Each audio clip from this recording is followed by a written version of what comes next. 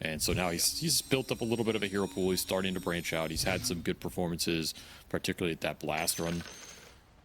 I think there's still room to go, though. And, you know, Dota's a game where, like, sometimes you can be improving, you can be doing everything right, but people get impatient or they just feel like the fit is not there. That might be what it comes down to for Nigma, especially if they miss out on EWC and TI. I'd be really surprised if something on this roster doesn't change, and it might just be, you know, he bites the bullet, even though he's not necessarily the weakest link. It's just a fit thing. So I could see it go either way, but I do think he has improved a lot, and it's not easy. Like, you're playing with some legends here. You're under some pressure. It's a completely new role for him. Right. Yeah, exactly. He is not a traditional offlane. I think that is, people really forget that he moved roles in the first place to fit onto this roster, because Mickey is somebody else who moved roles, right? And he was also somebody who got criticism quite often for his carry performances. People said he couldn't hard.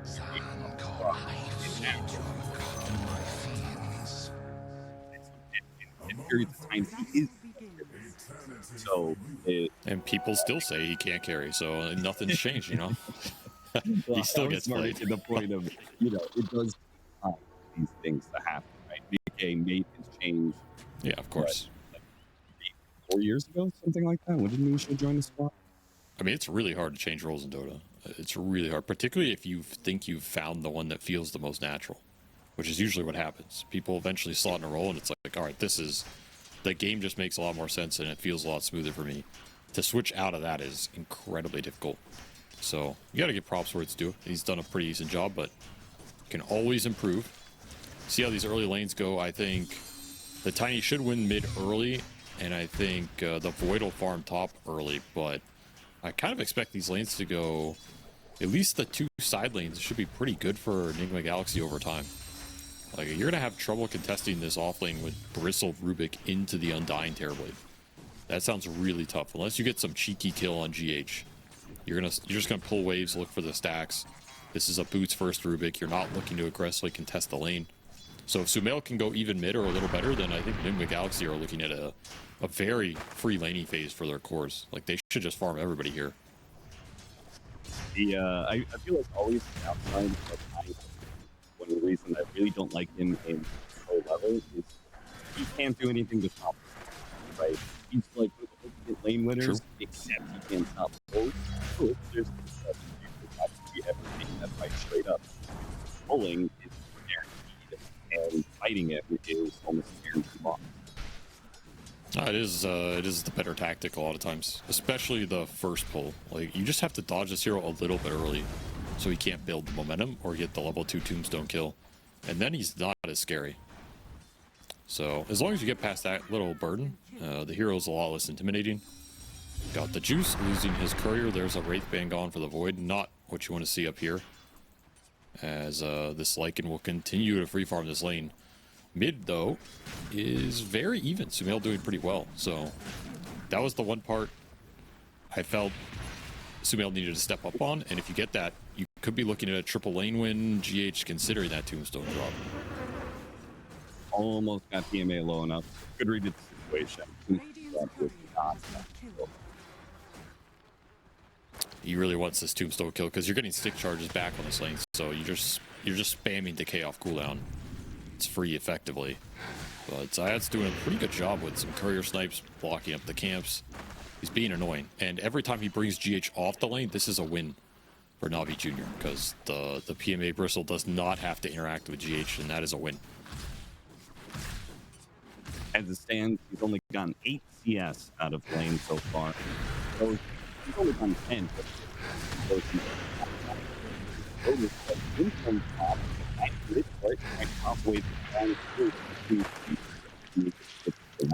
Overall, a win for Navi Jr.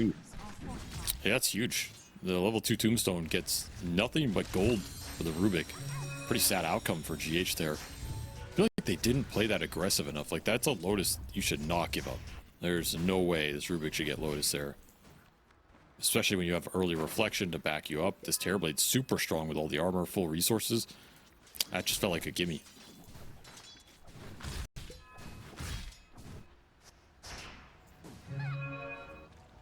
just been harassing Miku constantly, trying to get him low enough that he can maybe go for a kill. See what happens with the water runes that are coming in soon. If he could somehow get some support help and maybe take one of those water runes away from the tiny, really good position here. Omar's going to help him. Yeah, this is lane. Trying to take it.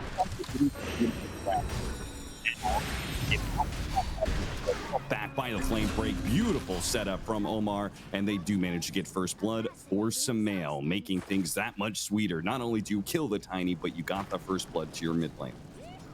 That's super good. You even got that water rune top, so his puck is going to have resources when the tiny comes back.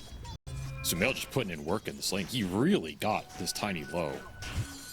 Played this lane extremely well, and that's what sets up that whole move in the first place. Like, you call supports, you're saying, hey, this guy does not have resources to contest this from him. We should punish him. That's a huge punish, opening up a big disparity now in the one lane that I think could have gone Navi Jr.'s way. Like, now this is just going to be a triple lane win for Nigma Galaxy. They should absolutely pull ahead in this early game. A free farm Terrorblade, a free farm Lycan, and now you have a first blood, effectively free farm puck. Can't ask for anything more here. No, you really can't. The one thing to keep an eye on again is the stacking, though, right? Like, you don't want to let Navi Jr. get out of these lanes behind and then recover through the jungle. That's going to be the real test in this game of, can you contest what this Bristol is going to try and do? They're going to try and kill him on the lane and should get him here. Yeah, rather easily. Omar makes it easy to run down Bristleback. That's going to be the strength of the Bat Rider pretty much this entire game. They do have 3 melee cores, so if he gets strong enough, his kiting potential goes up dramatically. Hits him with the blood grenade. They want the extra kill on Zion. Zion's trying to play around with GH a bit too much and will pay the price for it. GH off to a pretty strong start here. He's going to get a ward deep in the lane. Now he can scout out this stack action. Not a lot early, but good to get some eyes on it, and you can test the 6-minute power rune if you really want to. Trying to take it away from the tiny. He's got full resources. That is a good rune to get. Rune. Now he's going to be trapped by the coil for a second here. Takes off the stun. Actually doesn't go for the Bat Rider. Wants to try and deal with Sumail, who's chasing after Riddies. Not quite enough damage there. Sumail jumped to his orb, though, and he's a bad position. Got the juice teleported in to take advantage of the situation. What a TP in. Getting, like, teleporting in, not having his level 6 yet. Just feeling like he was needed in that fight. That was crazy. I mean, again, it's a really good time dilation game, so this Void can be active in early fights, even without the ult. Like, he is not useless, and the more he gets involved, that keeps him away from the Lycan, the better he's going to feel, because you're not doing anything to noob right now. That is a concern for Navi Jr. Like, what does this Lycan do when he has Helm, and he starts pressuring your top tier 1, pressuring or threatening this move towards mid? So they need more early fights like that just punish the supports or get these clutch kills on the puck. As the Helm is done for noob. This is a really good timing here. If I'm him, I just want to take top tier 1 mid, tier 1, or top tier 1, the tier 1 mid, and get a fight out of at least one of those towers. And then I'm going to be highest net worth in this game. I'm going to be cruising towards Helm of the Overlord if that's what you want, or another small aura item. And you're just going to start mowing down supports in this game.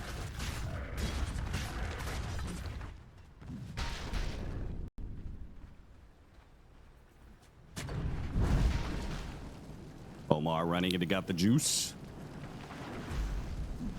He should just be able to get close to the tier 2 and time walk. His damage really wrapping up. He does manage to get back to the tier 2. Still, though, it just means time he's not farming. Still not getting his level 6. Coil goes out onto the Warlock. Easy kill there. This game is looking too easy for Nigma Galaxy right now. I don't really know what you're supposed to do with this lineup if you're Navi Jr. until like 15 minutes from now, when you have at least some item on these cores and ults on the supports. Because you're level 3 on this Rubik. Like, Zayats was really sacrificial in this lane. Playing against Undying, you got some stacks up, but honestly not the most, considering how bad the lane was. And these Nigma Galaxy cores are just powerhouses on the map right now. Very concerning period for Navi Jr. They're going to have to make some moves to get through this, as their tier 1s are going to start to get heavily pressured during this period.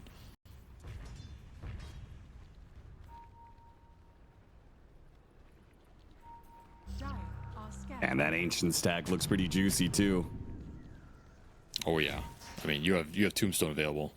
They're playing it slow. They've dewarded the area. They got to make sure making just the move not to mid too. Oh yeah. This is a nice move. If they're so focused on the triangle, you get behind Niku. Where can he go?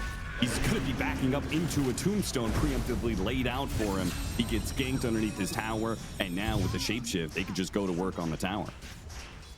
Amp damage on Sumail guarantees this fight is going to go your way wherever it breaks out. And once again, like this game is just too easy for Noob right now. There's nobody who can control him. There's no one who can contest his Lycan for him or the summons in the early game. And there's very little defense around these towers, especially without Golem.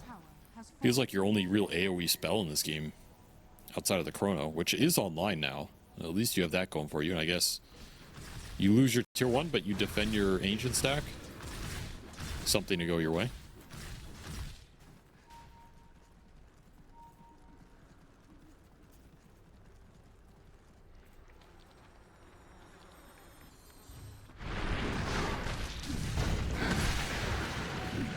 Well, at least they get their ancient stack uncontested, so that'll help Niku get to Blink Dagger, but it's still going to be this window of time. We've seen this between the Puck Tiny matchup. Just there's always this period of time where the Tiny has to farm up his Blink and Puck is running around the map making shit happen. You're gonna have to get some like good defensive fights going with this lineup. You know, bait Nigma Galaxy in, make them overextend into some goo, get at least 2 tiny combos off of good bonds, a good chronosphere or time dilation on an overextension, then that team fight can work for you.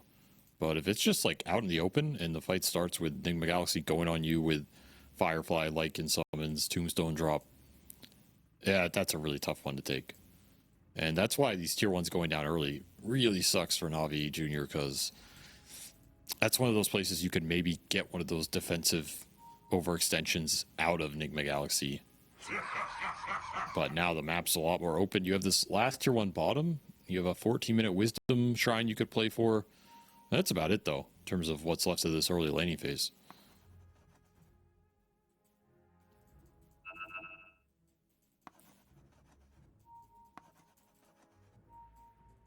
You can also just farm here if you're Nigma Galaxy. I mean, you have Terrorblade, you have Lycan. You're going to scale pretty hard. You have a Reflection plus a Howl you can throw into these fights as the game progresses. Not fun spells for the Faceless Void. Dude, I can't. You were watching that last series, right? Yeah. I can't get that last game out of my head, man. I actually feel like Helm of the Undying is so busted on OD.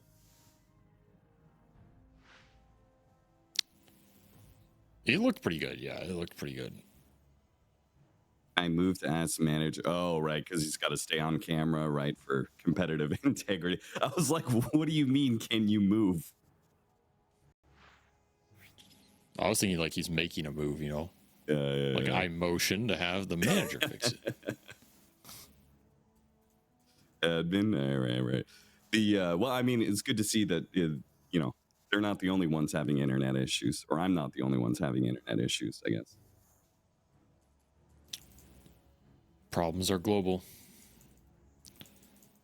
As the problems for Navi Jr. are also global in this game. They are not going to have fun dealing with the lane pressure that the Lycan puts out. That's another issue for them to try and solve. Yeah. We currently have the C qualifier also going on. In fact, when we started, in fact, I think there's still a game going on between Boom and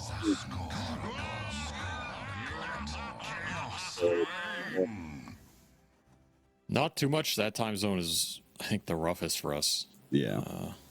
But it does not surprise me that their series are going to 3 games and they're going very late. That is a C classic.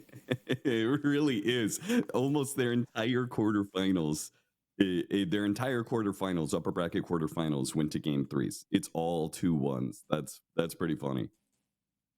And so did the lower bracket round 1. The only games that have gone 2-0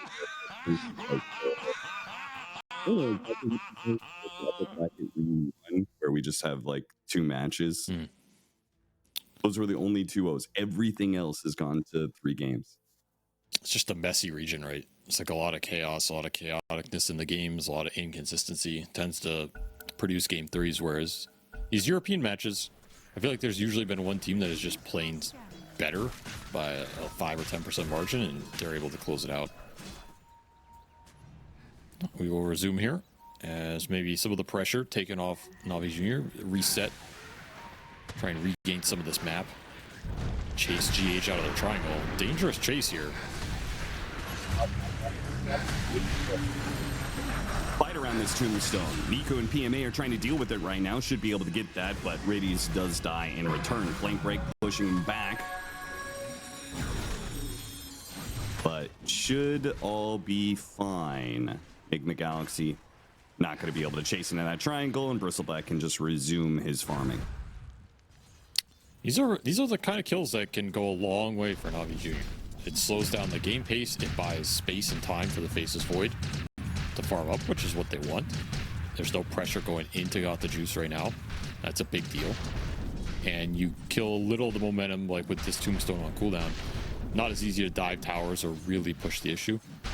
We are going to see this last tier 1 bottom get assaulted a little bit here. Just illusions. I mean, there's going to be a lot of map pressure in this game between Terrorblade illusions, Lycan summons, Puck ratting you. That is a lot of map control to deal with.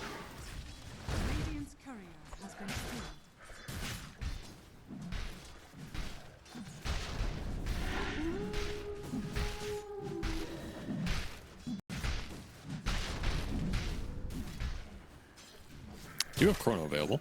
That's the upside here.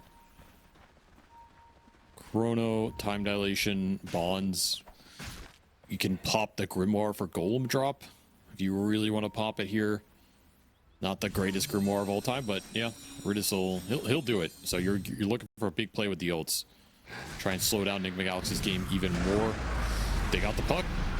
They did. That's exactly what they want out of this Chronosphere. And they also have big damage in the back line. So even if the puck is dead, it's not the only threat. It's the Lycan who's going to come through and just rip up the supports, especially with the Bat Rider setting up. Got the Juice, can't get off the time walk in time. Ghost is able to run him down at the same time. They found their opening. They found what they were looking for. But the problem is, Nigma Galaxy is still too strong, puck or no puck.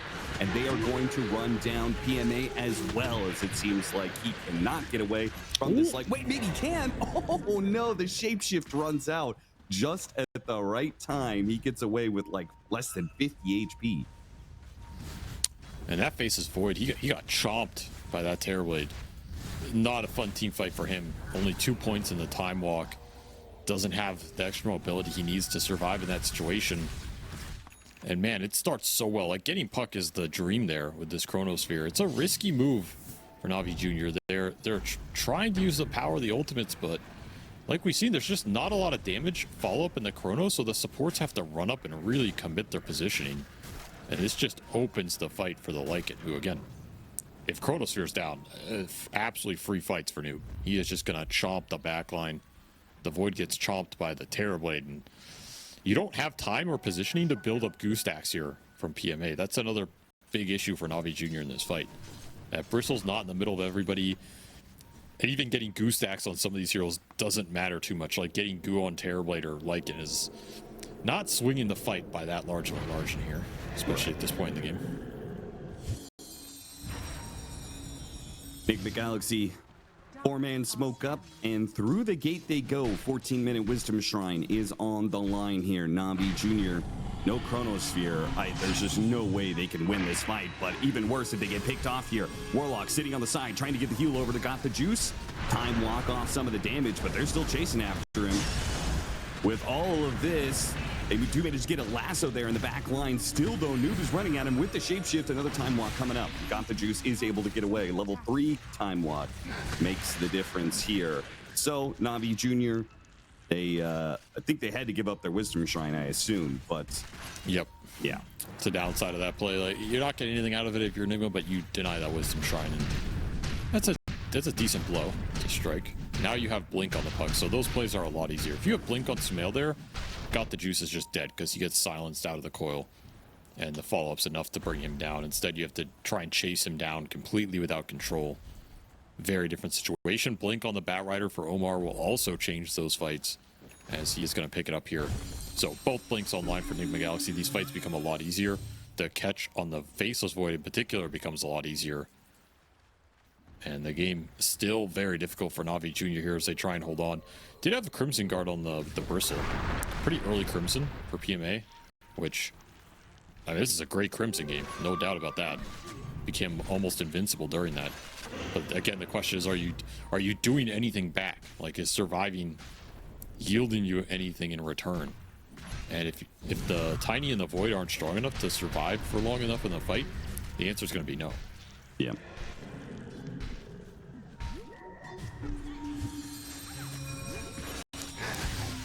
Samael having the freedom of movement that a Blink Dagger offers, freely jumping into the triangle because there is really no threat to him right now. I feel like even the Tiny combo just is not going to be nearly enough damage.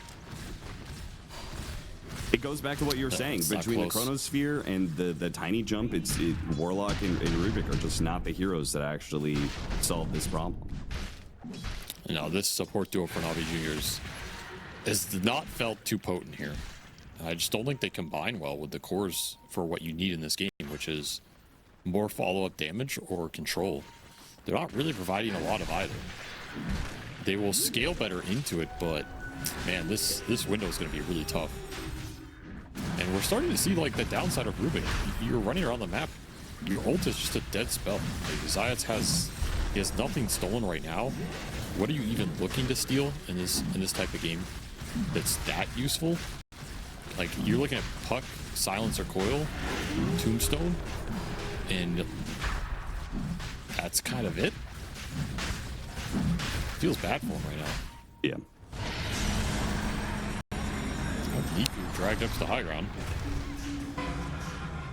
Pulled down. And dead. Easy kill.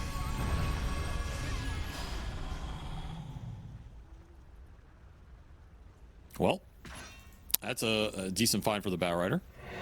Say that. Free little Tiny on the map. Do get the shapeshift down, which not yielding a whole lot here. I mean, we did have this helm with Overlord timing for Noob that honestly, you got Roche off it, which is good, but you didn't get a couple more kills off of it. Feels a little sad.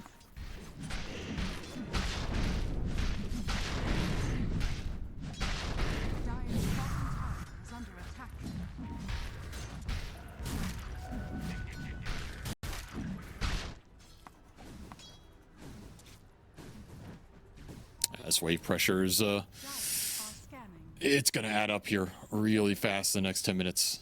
You're gonna have to just keep pushing lanes if you're not everybody on lane duty, especially these supports. Whenever you can get the waves out, so you can keep your Tiny off the map a little bit, it would be really nice. If you can get a fight out of Chronosphere here, that would be even nicer.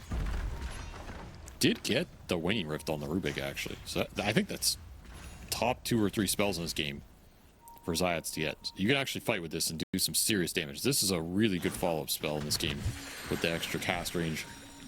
Going off a Tiny combo could absolutely just kill Sumail right off the bat. Can prevent Sunder play from Ghost. Yeah, it'd be even nicer if he had a Blink Dagger, but as you said, extra cast range may go a long ways to solving that problem.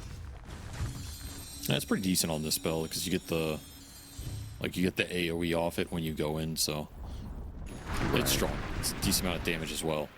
I would definitely be looking to fight right now if I'm Navi Junior. Even though you have Aegis Lost Terrorblade, your opportunities are not going to get much better than this to try and pull something out of nowhere. And I mean, that said, the fight has just come to you. High ground for Nigma Galaxy, 19 minutes. Yeah, I mean, there's pressure all over the map. It's Terrorblade illusions, and it's the Lycan himself pushing up, but also his Shard, right? His Shard is pushing out the lane. Yep. So if you're Navi Junior, I feel like you almost cannot afford, unless you're just going to play a completely defensive game, when you have opportunities to get out on the map, you have to make something happen quickly. Otherwise, the natural pressure of illusions and wolves builds up, and you have to back out to your base and defend your towers. And that's the problem. If the Tiny plus supports can't find pickoffs, you are just slowly bleeding out map control, and then the pickoff becomes even harder to find.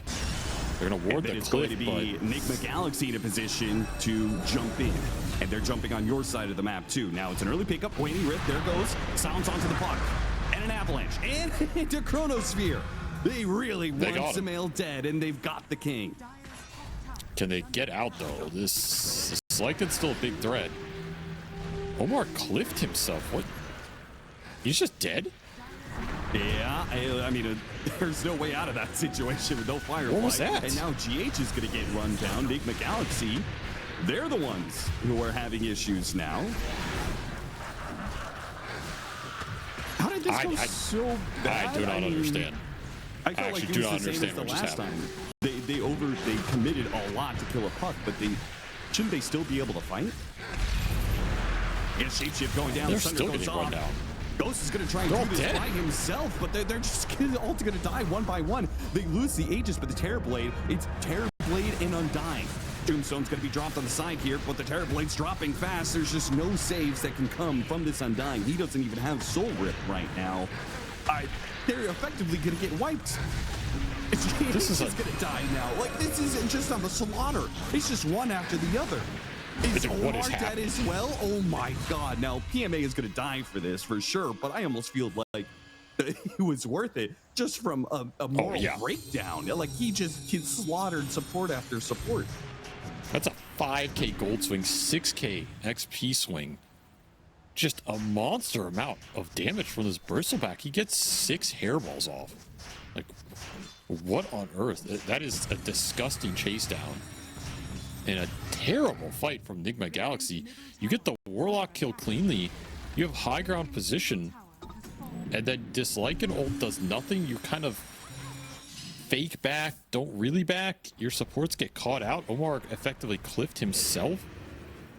Unless he got like flame broke up there, but I never saw that. And the Waning Rift did some work. Like, Waning Rift set all this up on the puck. That is the best steal Zayats could have in this game. They made good use of it, and then he's just decaying everybody for the rest of the fight. Yep. Noob, I mean, he's got to get dust, right? He loses out on this kill on the Rubik because he doesn't have dust. Glimmer Cape gets him away. Now we can see Omar somehow got cliffed, and the Shapeshift is running out, and they're just not doing any damage. If you can't take the fighter on the Tombstone Lycan ult, you're not that strong, especially with the puck dead. He's a lot of your control and kind of chase down potential. That's a big throw from Nigma Galaxy here. This was a game that they could have just closed out.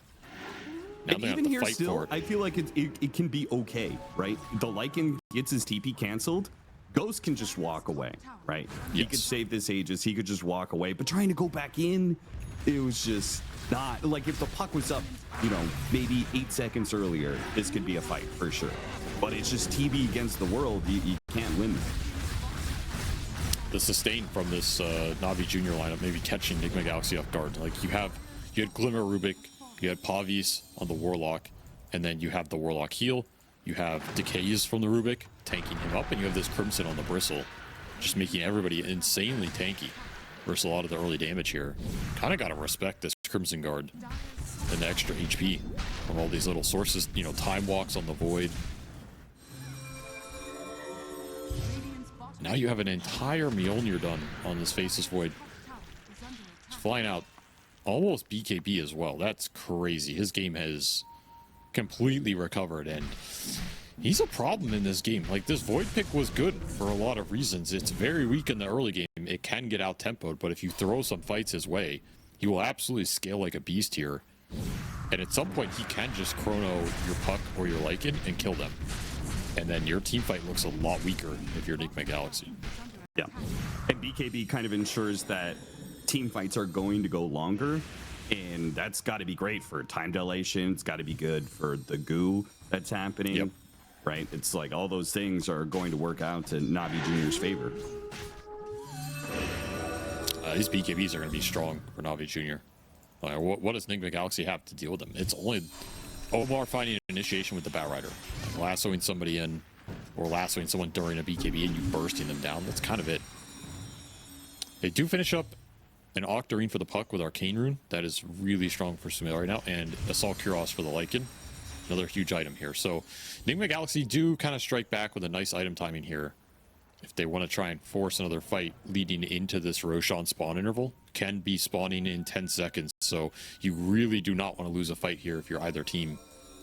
Though that said, if Nigma Galaxy take a fight and you're able to get the big ults out from Navi Jr., could be worth it kind of regardless of the outcome, because then it could just secure the Roche if the spawns later. Right. So fighting right now into the mid lane, got the initiation onto Zayats, and he does have a dust, so Zayats is not going to be able to get away with just the Glimmer Cape. Where's the follow-up from the team, though? They're going to drop the Tombstone, and Sumail, he'll finally show up. Not really needed, though. He actually now goes for the Bristleback, but he's already turned his back away. Too much to deal with there. BKB is finally done for the Faceless Void, right as we're in that Roshan window. That still feels like a win for Navi Jr. Like it's a lasso attempt that could have resulted in a team fight, but instead you just bleed your Rubik and you get your BKB on the Void, and now you can fight with BKB Chrono Faceless Void, eyeing up this Lycan. If you bring him down, they want all in. For the first time, they go for the Lycan and not the Puck, but they don't have enough damage. Not enough initially. The bash, no, it's not quite enough. He does not have the control, and the Lycan is now out of here, and Ghost is right in the middle of these heroes with Metamorphosis, and Sumail is now open to a free fight. That was a damage test. They did not pass it. No. Lack of damage in the Chrono coming back to bite them. If you bring Noob down there, it's absolutely huge in this game, but he is just too tanky with that Assault Cuirass. He has almost 40 armor. That is a lot to chunk through. Yeah, I'm also wondering if that's one of those situations where you weren't aware that he had completed that item, right? Because no AC, like only partial AC, maybe you can't actually get that kill. But full AC, the extra bit of armor you're getting off of that, maybe that makes a difference, and the Lycan survives off of, you know, good 20% HP because of it. I mean, you are kind of a hybrid hero. Like you have Mjolnir procs, you have time lock procs, right? Time lock damage. Sure. It's a lot of magic damage. Maybe he just felt like he was gonna do a bit more, get some extra stuns at the end. If the Tiny's there for follow-up, it's absolutely a kill. So that pathway into the fight is not that bad for Navi Jr. They just didn't have everybody on the same page, and this will be the Roshan for Nigma Galaxy. That's why fighting in that time period is nice, because kind of no matter what happens, if you get Chrono out, you get Roshan as a result. Oh, and the extra catch while they're doing Roshan, Sumail, and Omar on the hunt, but they did use Coil and Lasso, so it's just a BKB TP out. Still, at least you get the BKB on cooldown. If you want to go high ground with that, it's an interesting proposition. You don't have some of your spells, but Navi Jr. also doesn't have their BKB. They don't have Chronosphere, so they go for it. Melee form TB. Chipped down to about half HP, got off the Sunder, forced staff down to the low ground, and seems like Nigma Galaxy are going to be content with that for now. They still have plenty of time on the Aegis, plenty of time to set up another opportunity for team fights and high ground pushes. They are smoking cross map. They want to find the Faceless Void right now. No Chrono still on cooldown for a little bit longer, but it's just PMA continually running into them. This is not a target they want to commit on. No. I mean, you get him low, but he gets so many goo stacks back at you that it's debilitating for the fight. You gotta start finding some big pickoffs here if you're Nigma Galaxy. Like, this is the part of the game where you want to take it over and end it, not where you want to get ratted out by Faceless Void, who's closing in on level 20. That would be a huge talent for him to get. Right, that's where a lot of your damage comes into play, right? Oh, absolutely, yeah. Going on Tiny again. No BKB this time around, caught in the same part of the map, but the Coil this time will be a death sentence for him unless he can get bailed out. Nice golem drop, and the final bit of damage is not there. Bailed out by the utility of the supports. The face shift dodge. Sumail. This time around, he gets the better of the Faceless Void. A lasso initiation onto the Rubik. They'll quickly burst him down thanks to the amp damage. And now, with the Lycan form and the Puck, the mobility to chase down the supports, they get another one. PMA in the backlines does kill Omar, but back to the Tiny kill. Tiny trying to teleport away. The damage, can they get enough? It's not. TP out successful. PMA on the run. He'll TP out as well. The supports do die for it, but the Navi Jr. cores survive. The problem is they don't have the power to contest this top and push that's coming in now. No Chronosphere to stop Ghost. Gotta poke him down here. As much damage as you can get. Will be a Sunder available. But you're just trying to dissuade this push. There's the Sunder. Another 40 seconds for another one. Yeah, they they want didn't really to heal toss him back. up for much. Trying to get the toss back doesn't work. Now going to be coiled up. He does have BKB. He activates it, but the damage, it's too much. The physical damage of Ghost will put him down. Worst case scenario for Niku, going in, not getting off his BKB fast enough, and then getting it off, but still dying. That is a complete top lane of barracks taken for Nigma Galaxy. Got the juice, does manage to get the kill on Omar on the other side of the map. He's not coming back until his Chronosphere's up, or at least he's coming back, but they have the advantage, and now they feel like they have the advantage. Goes for the kill, the shapeshift, but the bashes come through. Too many bashes. Nice Sunder though. Ghost, he gets it off on Got the Juice. Time walk not available, but he's gonna take the fight anyway, and he might just win it with the bashes. Ghost is slowed down. He's kited around. First life down. Got the Juice. Managed to get away before Samael comes in with a waiting rift. Samael trying to push the Navi junior heroes away from his carry, but Ghost, he's stuck in the muck and the mire. That is the viscous nasal goo, and he cannot make it out. Sumail stuck on the cliff. He's time dilated. He's gonna die too. Yep, you're right. Time dilation will be the death of him as well. Ooh, Nigma Galaxy. They have, it just feels like so many times they have this game in the palm of their hands, and then it's just, it slips through their fingers. I mean, that cliff is cursed for them, that's for sure, but this is why I say this bristleback is, I don't know, like every time I watch games with this hero in it, he's first pick and he's just doing so much work.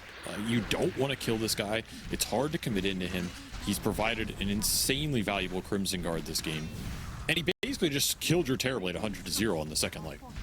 Like, that is just disgusting value from a utility offlaner, right? That is a one fight without Chrono. And you're looking at PMA doing insane work with the hairballs coming through, low cooldowns, everybody's gooed up. It's way too hard for Nigma Galaxy to fight once the initial salve goes down. If the Tombstone goes down, if the Lycan ult's out, if the coil's gone, you don't have enough to really control the fight, and you just get run down. And I mean, we're seeing how strong this Bristle is, just running at everybody. Why doesn't use shapeshift earlier? I thought he was just coming up like I thought he pressed it as soon as he could, but he underestimated the damage. Opportunity to activate it. Yeah. So, like, I mean, that's the Bristle thing. You just don't think this guy is going to chunk you that fast, and then you start getting hit, and you're like, "Oh shit, this really hurts." He did get bashed at the end, though. That was a little unlucky, but yeah, you're right. He held it too long. Chrono now straight into this Lycan. Is dead again? Oh boy, this game is in Navi Junior's hands. It feels like Nigma Galaxy have lost all momentum. Nice coil. Get a lasso, jump onto the tiny though. So it's core for core. Ghost with his meta activated, but here comes the bristleback. And what do you do about this guy when he runs up to you and then just turns around? Yeah, look at this.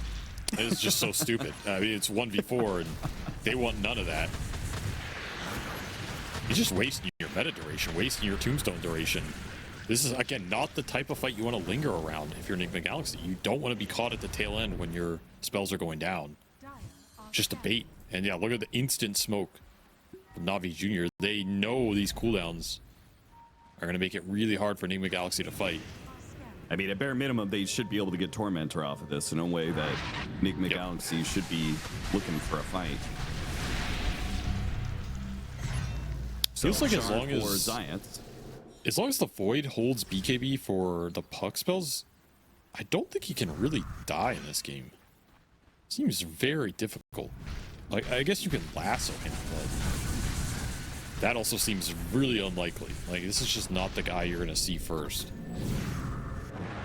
That's what makes it a good Void game. Like, he can just go in the fights, you can have high impact, and you're not relying on the Chronosphere. In fact, I think the fights they've won this game were despite the Chrono. So, showing the strength of this pick right now as Ags arrives for the Rubik. Double spell steal available. Very nice. Yeah. Yeah, I mean, it certainly says a lot that every Chronosphere has been a one-man Chrono. Like, he hasn't had to, you know, try and get some amazing, gigantic Chronosphere. Not that it would be that good anyway, because they don't have the best heroes to take advantage of the situation, but as you said, it's just the rest of the hero's kit that looks so good. And with Butterfly done, he becomes even more of a threat here. He's just scaling so well in this game. It's pretty disgusting what he's going to do in this late game. And Nigma should be very afraid of it. The lineup does not deal with him in the ultra late, barring some incredibly clutch lasso finds. What are you doing about that butterfly? Like, does Sumail build Bloodthorn? Because right now, neither Sumail or Ghost are building an answer to Butterfly. You just have to overwhelm him with damage, play off the Hex from Noob, and find a lasso. Like, if you lasso's Void into Hex, he can absolutely die. You just have to find the connection, and the damage for the Chrono it's coming there eventually, right? Like, AC on the Bristle helps. Ags on the Rubik, you can throw 2 spells in there. And Ags for the Tiny. Niku, he's going for it. Smoke up, running into Got the Juice and the Wisdom Rune. Got him in the Waning Rift. Got him on the lasso during the BKB. Now that's going to be the BKB a bit wasted. They won't be able to kill him, but it will mean Got the Juice just has to retreat with the BKB in tow, and they still have the coil too. They're going to coil him up. He's still going to be able to get up the time walk away. Navi Jr. are going to be able to reset to the high ground. Man, that's so close to being exactly what Nigma Galaxy want.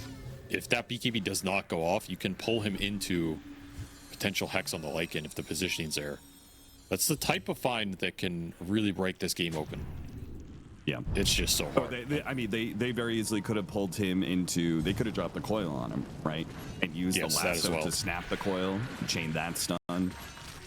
Level 25 on Puck will definitely help this type of situation, but for now, he's a beast, and you're looking at potential Roche spawn. There's an amp damage in the bottom river, unscouted by both teams, but summons are hitting your base. You gotta remember, Navi Jr., they lost that top racks, and they are playing against all these Lycan Wolves. So the map is way more difficult for them to play, and that is something that Nigma Galaxy need to take advantage of. They need to use the fact they can use the Wolves plus TB to make people show to find these Bat Rider lassos.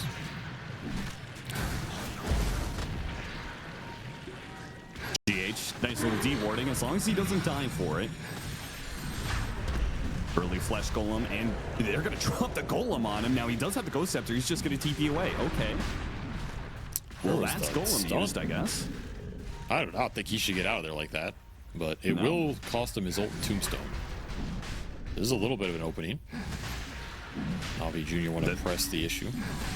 Nigma Galaxy, time is on their side, right? The side lanes are pushing in. They can, if they can stall this even just a little bit, Navi Jr. eventually have to go back. Lasso initiation, but that is horribly gone wrong. He just instantly dies. No lasso, half HP inside the pit though. The Face's Void gets a little bit low. Side it's really low. And they're trying to cover it with the slows. They do manage to pick up the Aegis.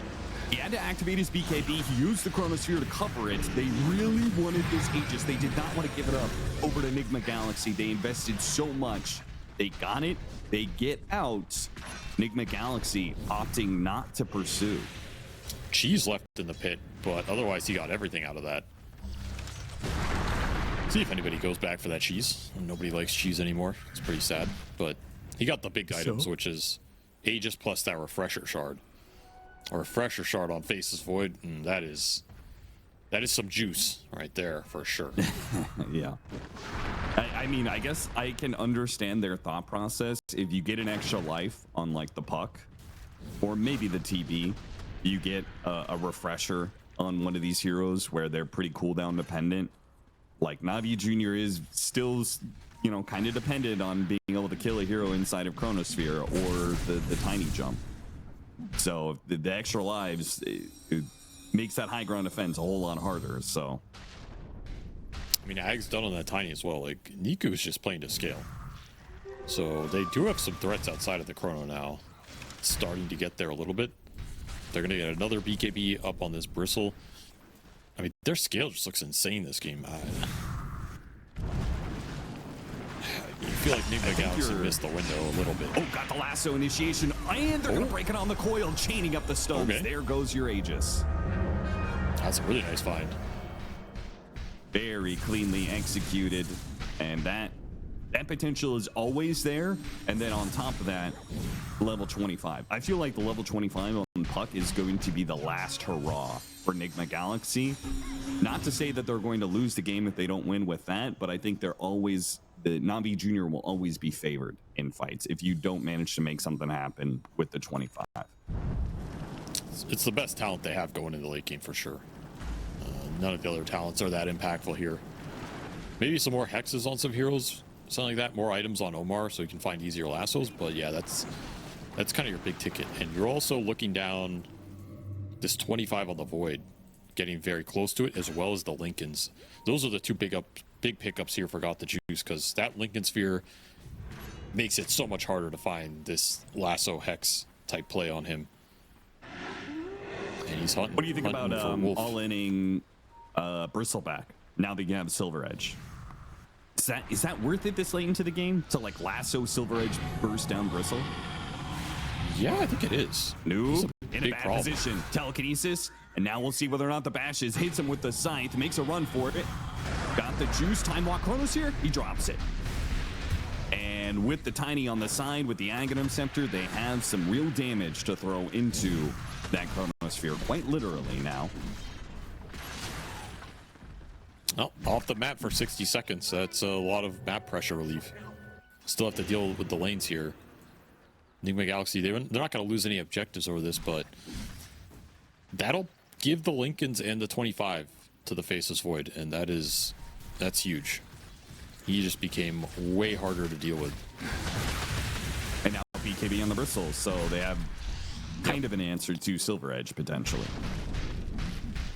I mean, you can try and all in him with like break, hex, silence, lasso type deal. He is going to be positioned on the front line, so he's going to give it to you. It's just risky. If it doesn't work out, you're absolutely screwed. And even if it does, like if you kill the Bristle, but you've invested every single bit of stuns and damage to killing him, isn't the outcome kind of the same? Isn't the Bristleback like, well, now my team has a totally free fight, so... He cannot be too sad about it. Might come down to the Sumail's damage. Like, how much can he scale this Puck as we go later and later? And can you dodge the Void? Like, if you get chronoed on the Puck, that fight is over. If you get time dilated, he has no Dispel right now. Also pretty obnoxious for him. It's a big downside of this, like, Octarine Ags Plasma build. You have no defensive capability to dispel this time dilation right now. Pretty brutal if the spells land. That's always a big question. Like, can you actually land these spells on the Puck? Not so easy, especially against Sumail Puck.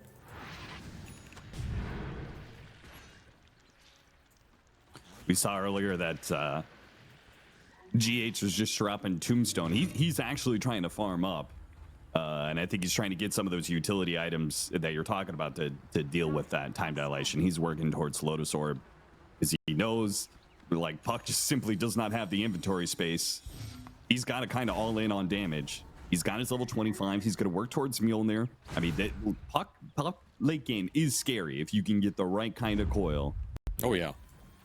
Especially with Hex and Nullifier on the Lycan. Like, these lasso coils are dragging you straight into hell. You're not getting out of them.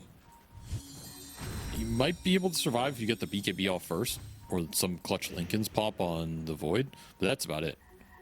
Anybody else getting dragged in is just dead. You have to take that fight 4v5, which is possible for Navi Junior. I mean, especially if you have buybacks or something coming through. And you still have that refresher shard on the Void. That's the real big threat here. Is like, you still have double chrono available. His effective net worth is so high right now. Lanes are closing in. Navi Junior. Their response, they're going to four-man smoke up. Zayats is going to pump the shapeshift he stole earlier. Use that to scout a little bit. Spots Omar. Gets that initiation. Covers him with the avalanche and the tree tosses. The Ghost Scepter might have just saved him, though. They didn't actually get that kill. Maybe he can get off a lasso, or he's just going to run for it. His team is not trying to fight, so no lasso attempt. Meanwhile, oh, nice catch. Zayats trying to slow down the Terrorblade here. Trying to make sure this isn't just a pick, it's a team fight. Ghost popped his Manta. PMA trying to get the goo on him, trying to slow him down. Not quite in range. Lucky to get out of that fight. The Bat Rider getting jumped first is worst case scenario for Nigma Galaxy. Like, that is all your initiation and threat on this Void out the window. Gotta just bail in that fight. But this is, again, more time for Navi Jr. to push the map out. You don't have the Bat Rider threat for a minute. They can deal with the lanes. They can reset the pressure. They enjoy this kind of time as they continue to farm up everybody here.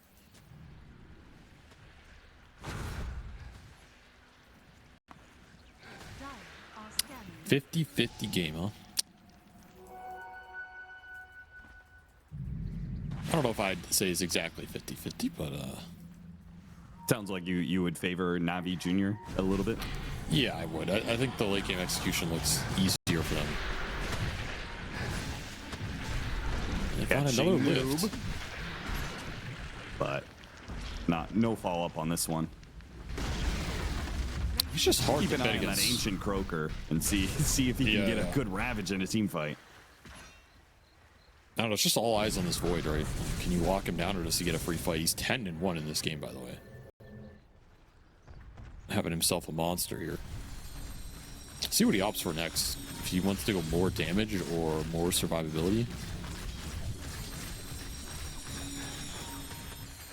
It's so annoying. Between the orbs and the illusions and the wolves they from got the him. shard, they did manage to get the telekinesis, and Giants can maybe chase with the orb a bit, but not going to be the same. Got to think about lanes and next Roshan here. And lanes will lead you into that fight for Roshan, so it's honestly more important that Navi Jr. set the map up properly right now to get the fight than trying to chase and catch. As another pause comes through. Quick reconnect for Got the Juice, who is still holding on to that refresher shard. I almost feel like that investment into Roshan, I think did pay off, because it almost seems like the threat of the shard is keeping Nigma Galaxy from really investing too much in an offensive play. Oh yeah, It's that just play too was super scary good. to try and jump and like maybe get double chronosphered. Still a cheese in the pit, by the way. Of course there is. It's been there You know for a what's- while. Samael might see it if he's looking at the Roshan pit, because he just threw the orb in there to see if Roshan spawns. I mean, this Rubik orb should see it 100%, right? Oh yeah, they're both gonna They're see both the gonna see cheese it. at the same time after They're it's both been gonna in go the pit for like 7 minutes. Watch them both, John. Oh! You got it. All right, Samael spies it, gets a cheese for himself. Not a bad little pickup there. Yeah. At the same time, this orb is going to be super annoying for this Roshan fight. I mean, Yes, the vision mechanism is super nice here. You need to play around vision too if you're Navi Jr. because you can't give up some wolves being on you and allowing the initiation for Nigma Galaxy. So you really have to play around your sentries and gem. There's a gem on the Rubik, but Ridis just needs to get sentries down and not get caught off by some random wolf scouting.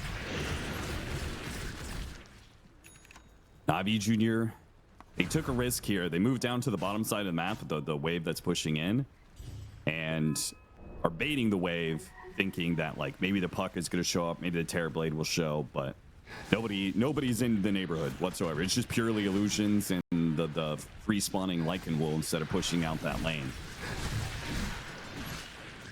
Nigma Galaxy is doing a very good job of basically never showing on a hero. Downside of that is you're not getting a lot of map pressure right now to draw Navi Jr. away from the pit. Like, they're showing the Void bottom, but that's about it. Yeah.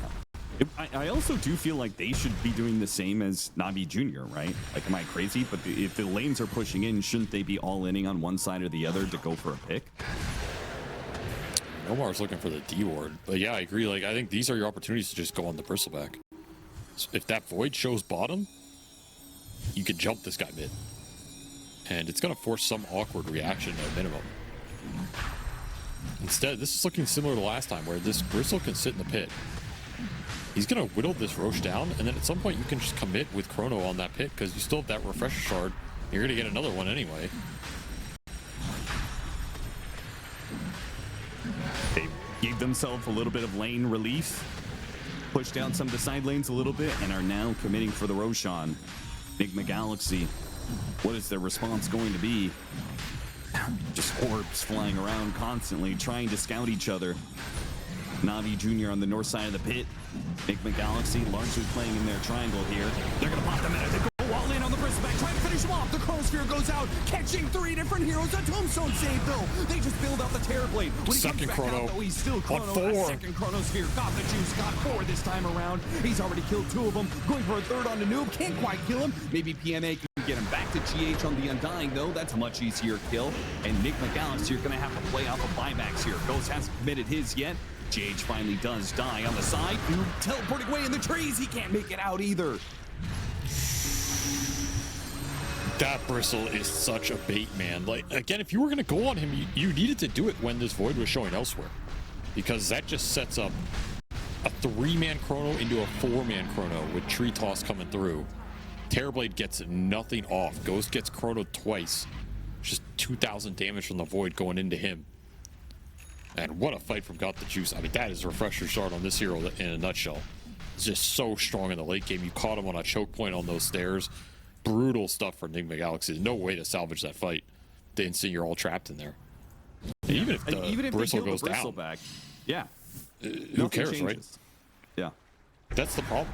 Like, it's just this play comes too late, and I mean, we finally got to the point where there's damage to put into the chrono. That tree toss did some serious work. The Mjolnir's going on everybody here.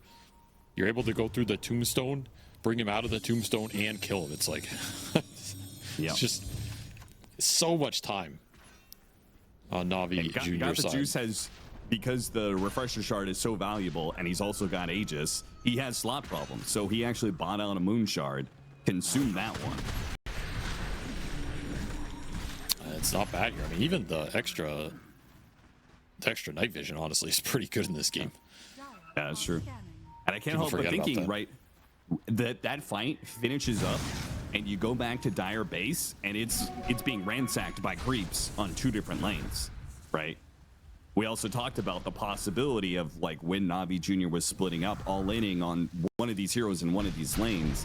It feels like Nigma Galaxy is being too timid for their own good. There's plays to be had here, whether that's taking a bold move to hit the base when the enemy team is doing Roshan, or when it's, you know, trying to all-in one of these side lanes as they're being pushed in. But it felt like they just let themselves get baited into a 5-on-5 Roshan fight. I agree. There should have been a lot more base pressure on Navi Jr. in that situation. Instead, you just gave them the straight-up 5v5 that they were looking for. They're laughing all the way to the bank because now they get another refresher shard for this void. It's like he just replaces it. Chrono's up. Shard's up in 15. He didn't even wear through any of the resources because he gets them all replenished. And there's still no real base pressure on Navi Jr. even during this push. Like, where's the rat action? There's a wave going in top, but there's nothing with it. There's no wolves on that. There's no threat in these tier 4s. They're getting Raxus for free right now. And now it's going to be Navi Jr. Like, they are going to stop a lot of that wolf pressure and some of the illusion pressure because now they have a Rax advantage. Now bottom lane is always going to be pushing in from the super creeps. They could just focus on dealing with top mostly. I mean, they just walk down top and they're in the last lane, right? You have double chrono to do it. You have a lot of damage now to throw in the chrono. Even got a cheese out of that. If Nigma Galaxy just wait for a high ground push, like, I'm gonna be so disappointed. I don't even care if it goes wrong. Like, I just want them to try and make some sort of aggressive move that catches Navi Jr. off guard, you know, in somewhere on this map. Got to find a good lasso target, and the key to that is either exerting some map pressure or getting some, like, good vision scouting. There's wolves on the Rubik right now, but has to come at the start of the fight. Yeah, I do have that E-Blade for the bat. Some extra cast range makes it a little easier. Got the juice. He's going to be walking in here into Noob. High ground Zayats, and he'll give him the vision, pulls him out of the Chronosphere. There, he tossed him in. The puck into the Chronosphere. He's going to be comboed as the second Chronosphere gets dropped. Nice undying Tombstone, but same situation. Come out of the Tombstone, instantly get killed. Sacrifice is not going to save you here. Ghost, he just can't do the damage here. His entire team is gone. He's making a run for it. Thanks to Silver Edge, he might be able to do so. The puck is moving around, caught and dead. It's a dieback for him. Oh, this game is done, I think. The Galaxy, the lanes are pushed in. Ghost is going to have his last hurrah by himself. A buyback from the Undying. The only person who can save him. Feels like deja vu, Avery. Ghost versus everybody with an Undying sitting in the back. Not able to do anything for him. It's over. It's done. Nigma Galaxy can't close out the game, and NAVI Jr. push it late and have a clear advantage with this Faceless Void. The very sick Faceless Void last pick that they drafted. They played it well. Like, they weathered the storm. A lot of pressure on them in this game. They lose 1 or 2 fights in that mid game. They just get run over, and this game looks very one-sided. But they're able to hold on, pick their moments. Nigma Galaxy falter a little bit. And one of the ways you deal with the Ursa, right? The Ursa jumps on you, he builds up the sacks, and then he gets your ultimate to go off. You just gotta blink away. You gotta be somewhere the Ursa is not once your ult goes off. So, so if he goes that route, he will also have a way to be able to get out of the arena. I just don't really believe in support Ricky, to be honest. I just feel the impact is way too inconsistent, and the payoff isn't high enough to justify some of his early game issues. So that's part of my personal bias. Nigma Galaxy smoke up, running into late smoke of NAVI Jr. A quick jump away with a blink strike. He had another one, so Zayats, even if he did get caught inside of the ice shards, was not going to be given away first blood. Nigma Galaxy tried to set their best foot forward with a smoke and early first blood. Doesn't work this time. Oh, but they got the word, so still got something. If they get 2 bounty runes, they'll have a lead. A little XP as well. Going to all these heroes makes a big difference here. And they might be able to get 3 runes. See if they fight this bottom one, but they have DP Mars pretty strong. Yeah, they put their 3 best first blood fighters for this bottom bounty rune. It means you kind of need the Riki Darkseer to make something happen on the other side, but they don't. They can't contest it against the Ursa, nor did they realize the positioning. So it's going to be 3 bounty runes. So a ward and 3 bounty runes. Nigma Galaxy may not have gotten first blood, but they did get first advantage. A super nice start for them, especially since this Ursa can bypass a lot of early regen requirements. Just go for potentially greedier items. He'll buy 1 set of Tango, but could be just a fast over corrosion build up, faster boots. These little pushes make a huge difference for these IO pairs. Strong laning setup for Nigma Galaxy. I think they will once again do fine on all their lanes.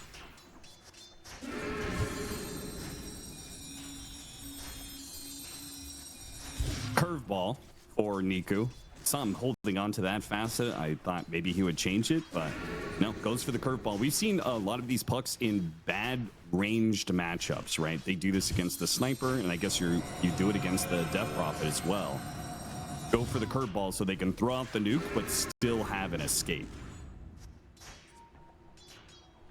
It can be nice.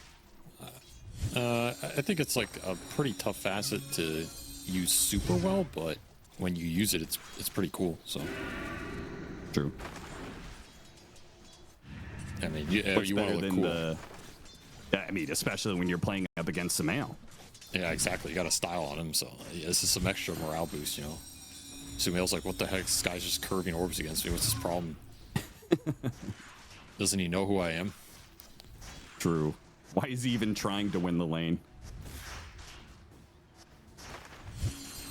And right now, he is trying. It's not working, though. Sumail is taking the early lead, 10-3 compared to the 9-1. But again, this is a matchup that is good for the Death Prophet.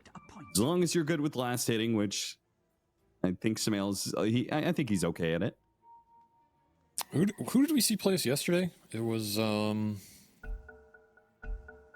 OG Secret game, right? That sounds right. I could check it for you. That was the DP puck matchup, and I thought the DP was going to do a lot better. And it just ended up being very even, which surprised me because I don't I think this DP is supposed to take at least a minor lead in this lane. You have higher base damage. It was game one W versus Mouse. Oh, 1W, okay. It was Squadix's puck that was popping off. Right? Yes, that's right. He's just a god on that hero. We'll see what Nico can do here, but this lane has looked better for puck than it was in the olden days. I'll say that. With the extra, you know, getting the extra like puckish and all this random phase shift garbage, you have a little more sustain. Helps out. Nice deny. We just got pulling shenanigans on both the side lanes, so not anything that's terribly interesting. Got the juice. They're actually going to try and go on him here with a tag team. Oh, the whip goes out, but it doesn't last long enough. Damn. That fear only lasts so long. It's 0.6 even if you get the max fear duration, so it's just simply not a reliable disengage. And another kill. Nigma Galaxy, they do get first blood even if it wasn't from the smoke, and they get second blood as well. That means they can get Lotuses on both sides. The timing of those kills is impeccable, because it's not even like you're losing out on resources if you can get the Lotus. That's a Lotus and a half when you have IO as well. Super good pickups here for Nigma Galaxy. And on top of that, that was the early boots for the Ursa getting the chase down top. And now you have an early boots on the Tusk. And these are the two heroes you want them on in this early game. So really nice gold distribution here for Nigma Galaxy. Another really good start in this lane phase, winning 3 lanes. Can't really ask for much more to the start of these games here. It's just another game where you're going to have to transition it into a more consistent mid game. It should be easier with Ursa. Yeah. Try and get aggro on GH, and they immediately are like, wait, never mind. This Ursa's just too big and bad right now, man. He's going to be untouchable this game. You do not have anything that really threatens him. Can't really rotate on him either. With the extra sustain from the IO, it makes the gank really difficult. It's going to be a free game for Ghost. We'll see what he can do with it here. Set up a lot better than last time around. Can truly 1v5. And Ghost has definitely done some work for Nigma Galaxy, but that last game was not a game that Terrorblade could carry, right? It wasn't really going to be that much on him. No, it's not a 1v5 Terrorblade game. Oh, very different setup. He's kicking Starks here out of lane. I mean, this is Omega free farm territory. Did you see that? Zayat's is a Riki. You can't double stack as a Riki unless you're willing to invest a blood grenade to do so. I have seen people do this a little, but I tend to think it's still not really worth it. Maybe I value the blood grenades too highly. Economically, it's a gold gain, just objectively, yes. But these blood grenades can do a lot, even in some of like the later fights. You know, these 9 or 10 minute rune, like 10-minute rune fight, can still maybe get you that kill. And of course, they do give you a little bit of value with the HP.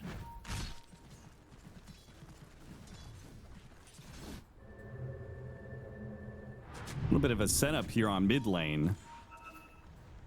With Niku coming back to lane, Nigma Galaxy want to immediately punish. They have the exorcism, and Omar goes for it.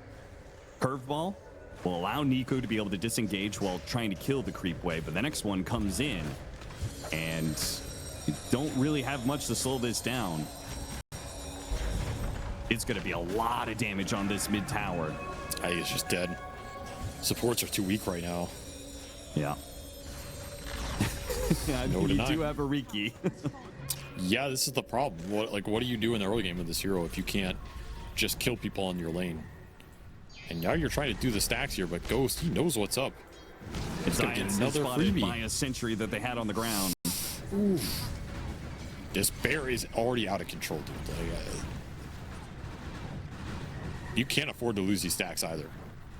If you're a Navi Junior Jamel's going to come in, try and take some of them with the Crypt Storm. Now, Nigma don't have the best way to take these stacks away from them. It's going to be a rather slow process, but if Navi Junior can't fight them, can't push them out of this triangle, then there's nothing stopping from Nigma Galaxy from holding this area, or maybe holding the Wisdom Shrine. They're going to go for that one. Coil is up on Niku now.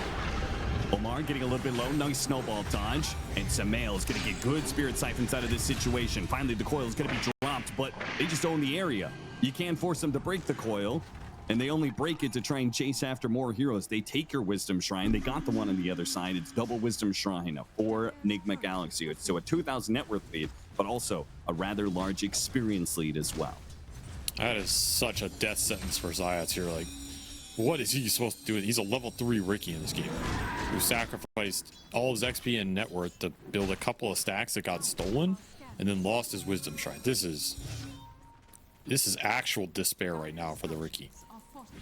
Like, okay, your opinion, what was the Ricky supposed to do for them from a drafting perspective? Because they picked it into Death Prophet too. I mean, that's why I just don't know. I think it was just a Zayat's comfort pick. Like, you know, give me the Ricky. I'm going to own him around the map with Ricky. It is one of his signature heroes, but you pick it that early, you don't see clear purposes. The lane's rough. All your lanes go bad. There's no early roam potential. Kind of a nightmare scenario. Now you lost your Abaddon. Got the juice dies at, you know, level 5.9 here. No ult available. Arena online for noob. You're gonna lose another tier 1. 54 experience away from level 6. That sucks. That first game, you know, Nigma Galaxy, they won lanes in the first game. This is winning lanes to another degree. This is a crushing. And when you have these IO lineups, they spiral out of control really fast because you get an early reload.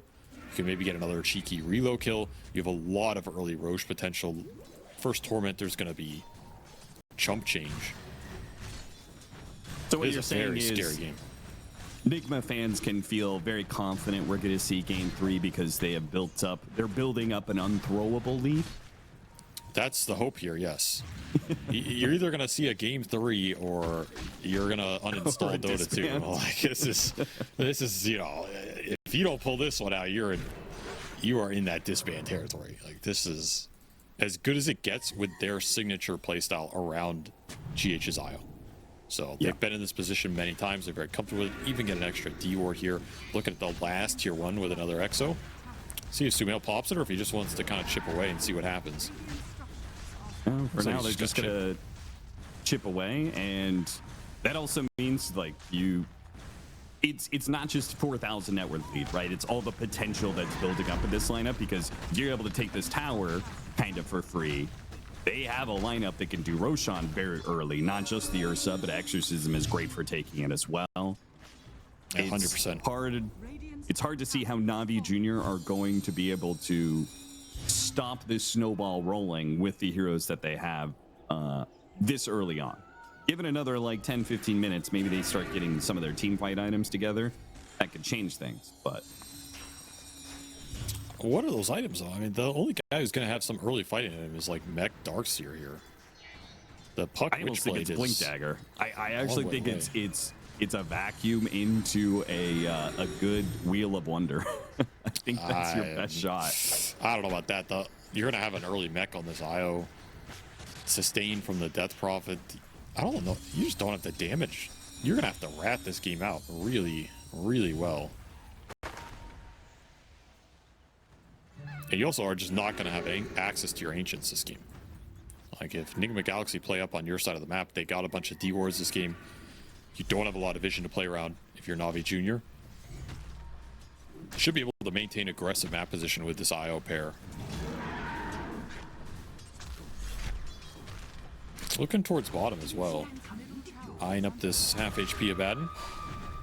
Yeah, trying to get him to use his borrow time early. He hasn't leveled it up just yet. Got him inside the arena, catching 2. Now got the juice, levels up his ultimate and pops it. Doesn't get too much of heal off of it, and they don't get a kill either. Coil in the back lines, GH is threatened a bit by Niku, but he's rather easily able to get away. Now the push forward. Much of the damage gone on the side of Navi Jr. A good wall, but not good illusions to play off of it.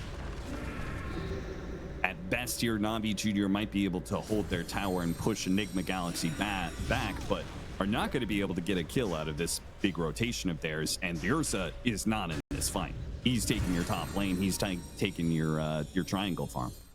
That's the big downside here for Navi Jr. You can say that this fight's not too bad. You got Exo, you got Arena, didn't lose anybody. But you're losing so much gold in the map because Ursa is just cleaning house right now. Battle Fury already done. This is a pre-12-minute Battle Fury. It's already level 10. His pick was just too nasty. Like, I don't really know what you were even supposed to adjust gameplay-wise to deal with it. I think, like, honestly, maybe you were supposed to just do something really wacky where you trialing this guy or something. But the trialing from Nigma was honestly also really good with Io Tusk. So I don't think you were even favored in that area. Like there was very little lane adjustment. It still doesn't have his level 6. He almost dies as a result. But all right, these neutrals. Okay, not enough. Eight more experience to have his invisibility. It's like, please make me invisible in this game. So nobody, including my team, has to look at me anymore. All right, Zayats has Cloak and Dagger, so now he can hide his shame. It's very good. Now he can go and watch the Ursa farm without the Ursa knowing. Exactly. Yeah.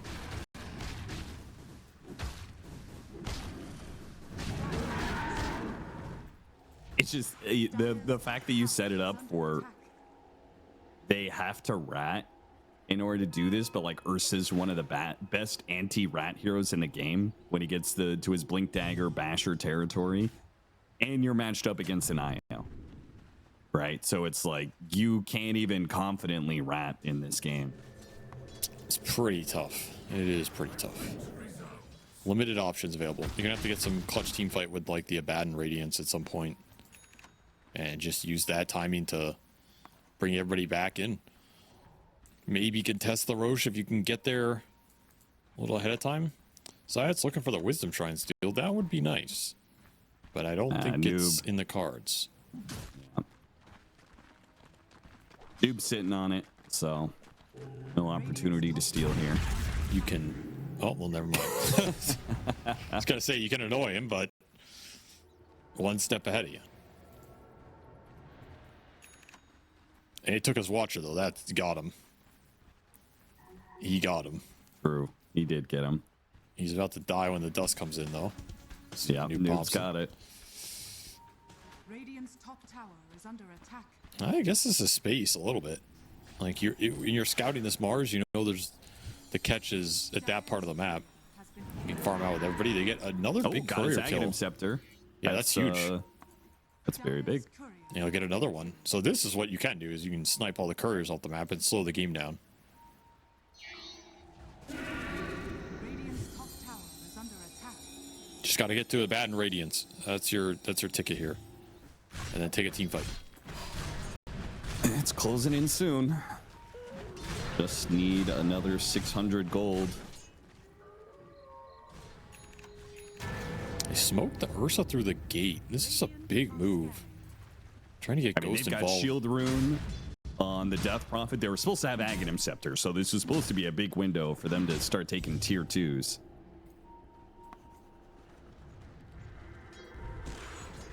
They gotta find something down here. This was a big committal. Reedy's, I think he knew he was going to die eventually here. Like, you can't hold this tower by solo as a support. Eventually, they're just going to commit to you, so. Space for the cores, I guess. That's all you can tell yourself right now. I mean, the plan is being enacted. Niku is deep on the enemy side of the map, cutting creep waves right now. Riki is scouting things out. The game is slowing down and towers aren't being taken. I mean, I just can't believe Shield Rune Exorcism up and no towers going down. But Navi Jr. looks so impotent. Maybe they can catch Niku here. It's a hard catch, but they've got him. He canceled his TP going bottom, so he just stuck here anyway.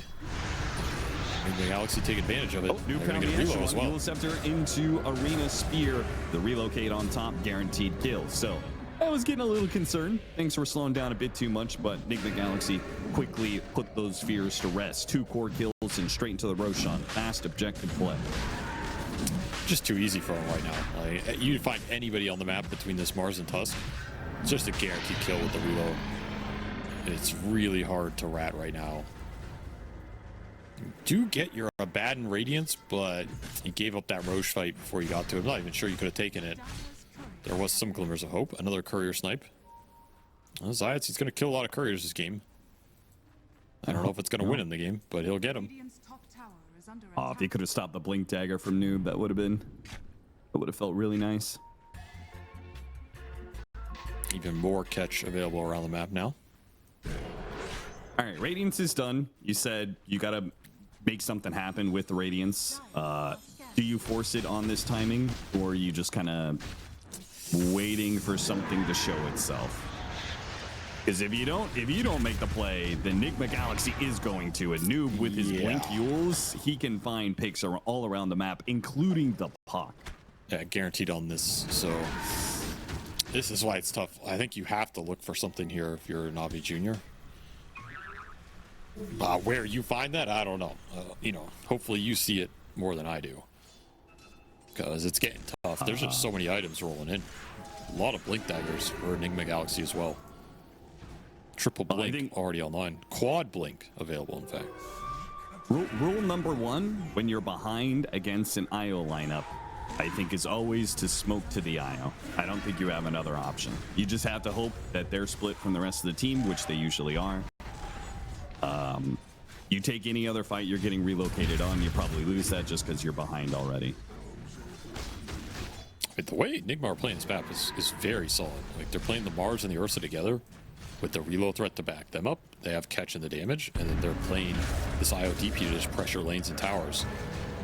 And Navi Jr. are not reacting well to this. This is the problem for the Abaddon.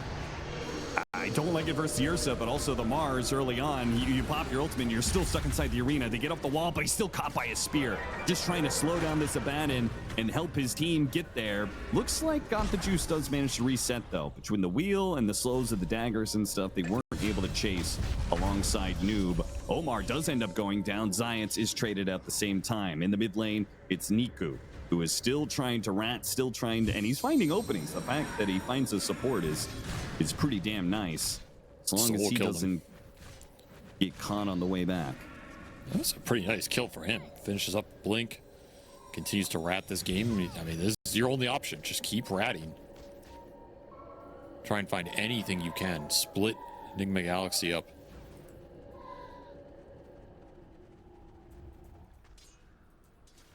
Two minutes left on the Aegis. I would like to see some of these tier 2s start falling. They have chipped away at this bottom one a lot. You can definitely just man up for this tower with the remaining duration. This is not a tower Navi Jr. are going to want to defend here. Rather just look for another play. Try and hunt this Mars instead of the other way around would be nice. 4-man, 5-man smoke up.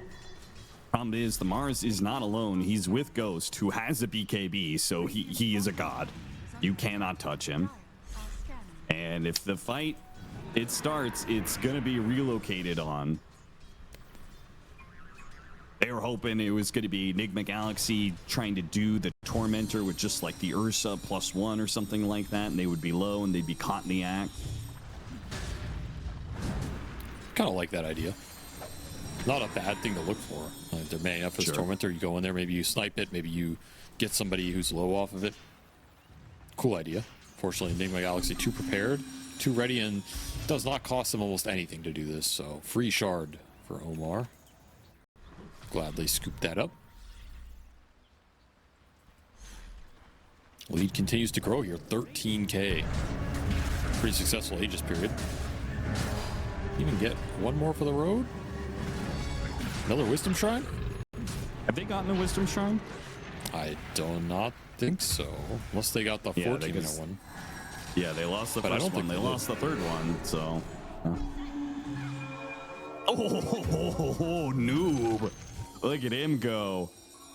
He sets up the kill on the Ringmaster, but still finds the spear on Zayats to catch 2. Chasing out this puck, dude. Landed the silence. That was very close. They're just hunting both sides of the map. This is brutal for Navi Jr. right here. Just never got through this laning phase. And not a lot of ways to kill the tanky heroes on the side of Nigma Galaxy. Nigma Galaxy tier 2s are beginning to fall, but they've also, I think, maybe more importantly, they've kept all their tier 1s up, right? Yep. That probably limits rat potential more than taking towers is keeping your own.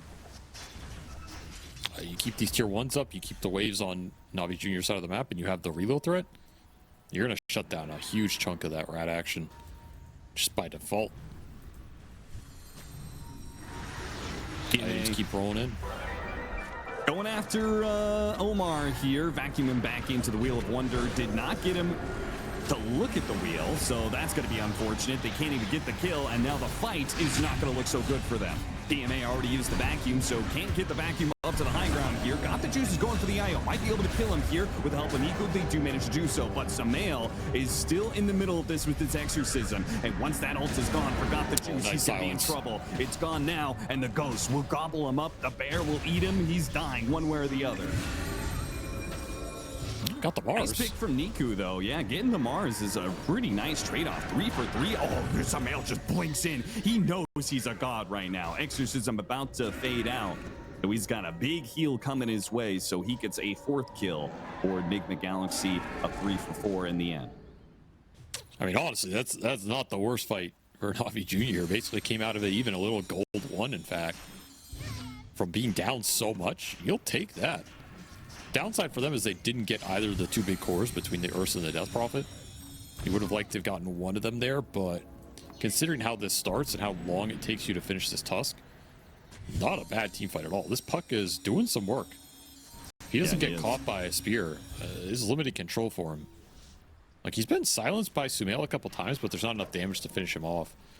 And you do have to respect this Abaddon's damage output. It wears you down. Like, this Radiance burn, passives, some ion shells on random heroes in the fights. That said, Nigma Galaxy, they finished BKB for the Death Prophet. That's going to make Sumail probably play even more aggressive. Yeah. And that Blink Dagger play shows his state of mind in this game. The Puck was, after that team fight, he is well over half his way to Aghanim Scepter. He almost has it now. This game is entirely on Niku to save. Oh, yeah. If anybody is going to save it, it's him. Gotta keep scaling on this Puck. Get to like the ultra late, where he can abuse the lack of control. Basher already done for Ghost though. He's hunting. A little curveball action. Try to hunt him down on the orb. The relocate. He's going to be right in the middle of the relocate here.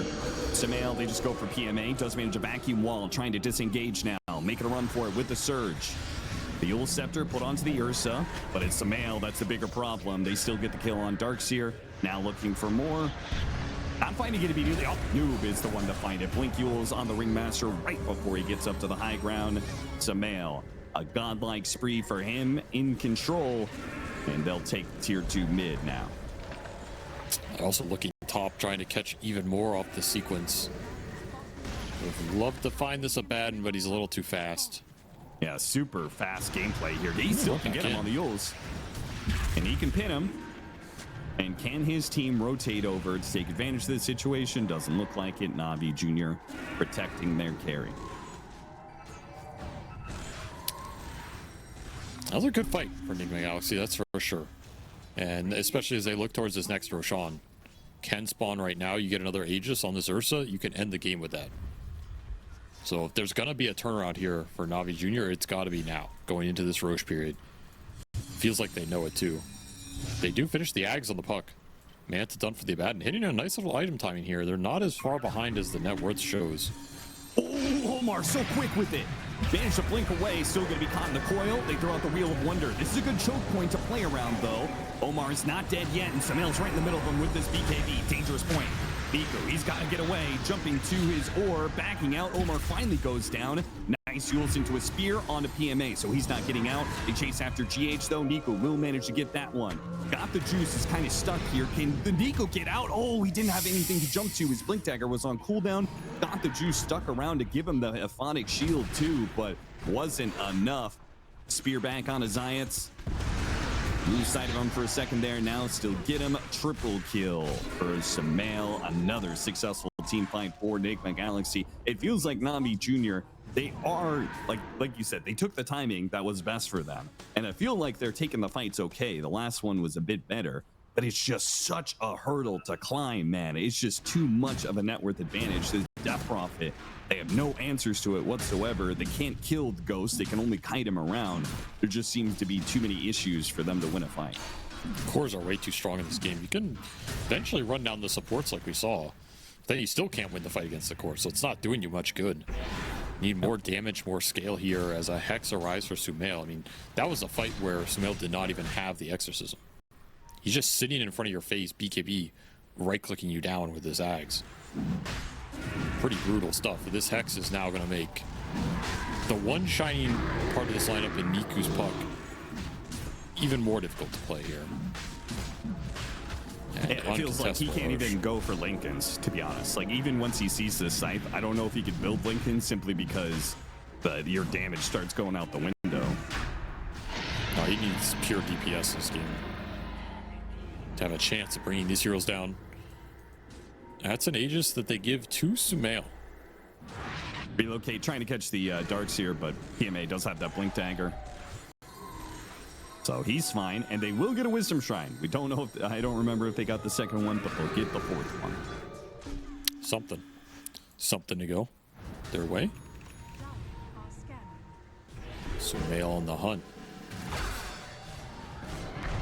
Scythe out on Reedy's. Scythe's trying to stop him with the smoke screens here. Yule Scepter on the Mars to stop his initiation. Got him with the dagger too. Tags him here. Vacuum. They're all in. They're going for the IO. Trying to finish him off. God, it just takes so long. They will eventually get him here, surely. He's inside the snowball for now. When he comes back out, though, got the juice, will manage to kill him. Now he focuses on Omar. But what about Sumail? It's Sumail, and now Ghost is going to join in, and he runs down, got the juice. The early ulti usage will cost him as Ursa shows up to the team fight. Niku, once again, will survive. He gets good damage out of the fight, but it's just never enough to stop these cores. Yeah, you can wall back this Death Prophet all you want, but Sumail just sits there and kills you. Like, the wall is just not doing anything. His Darkseer's impact, it's so limited by his core matchups in this game. And you don't really have great shell surge targets either. Like, you can shell surge a Abaddon, but it's kind of whatever at this point. He didn't snowball this game hard enough where that timing was something Nigma Galaxy were afraid of. And now they're just cruising into this late game. They have BKBs on everybody. They have the full Abyssal done for Ghost. So you have Abyssal on the Ursa plus Hex on the DP. That's your big lockdown this game. That's just brutal for the puck. I mean, he's going nowhere in these fights.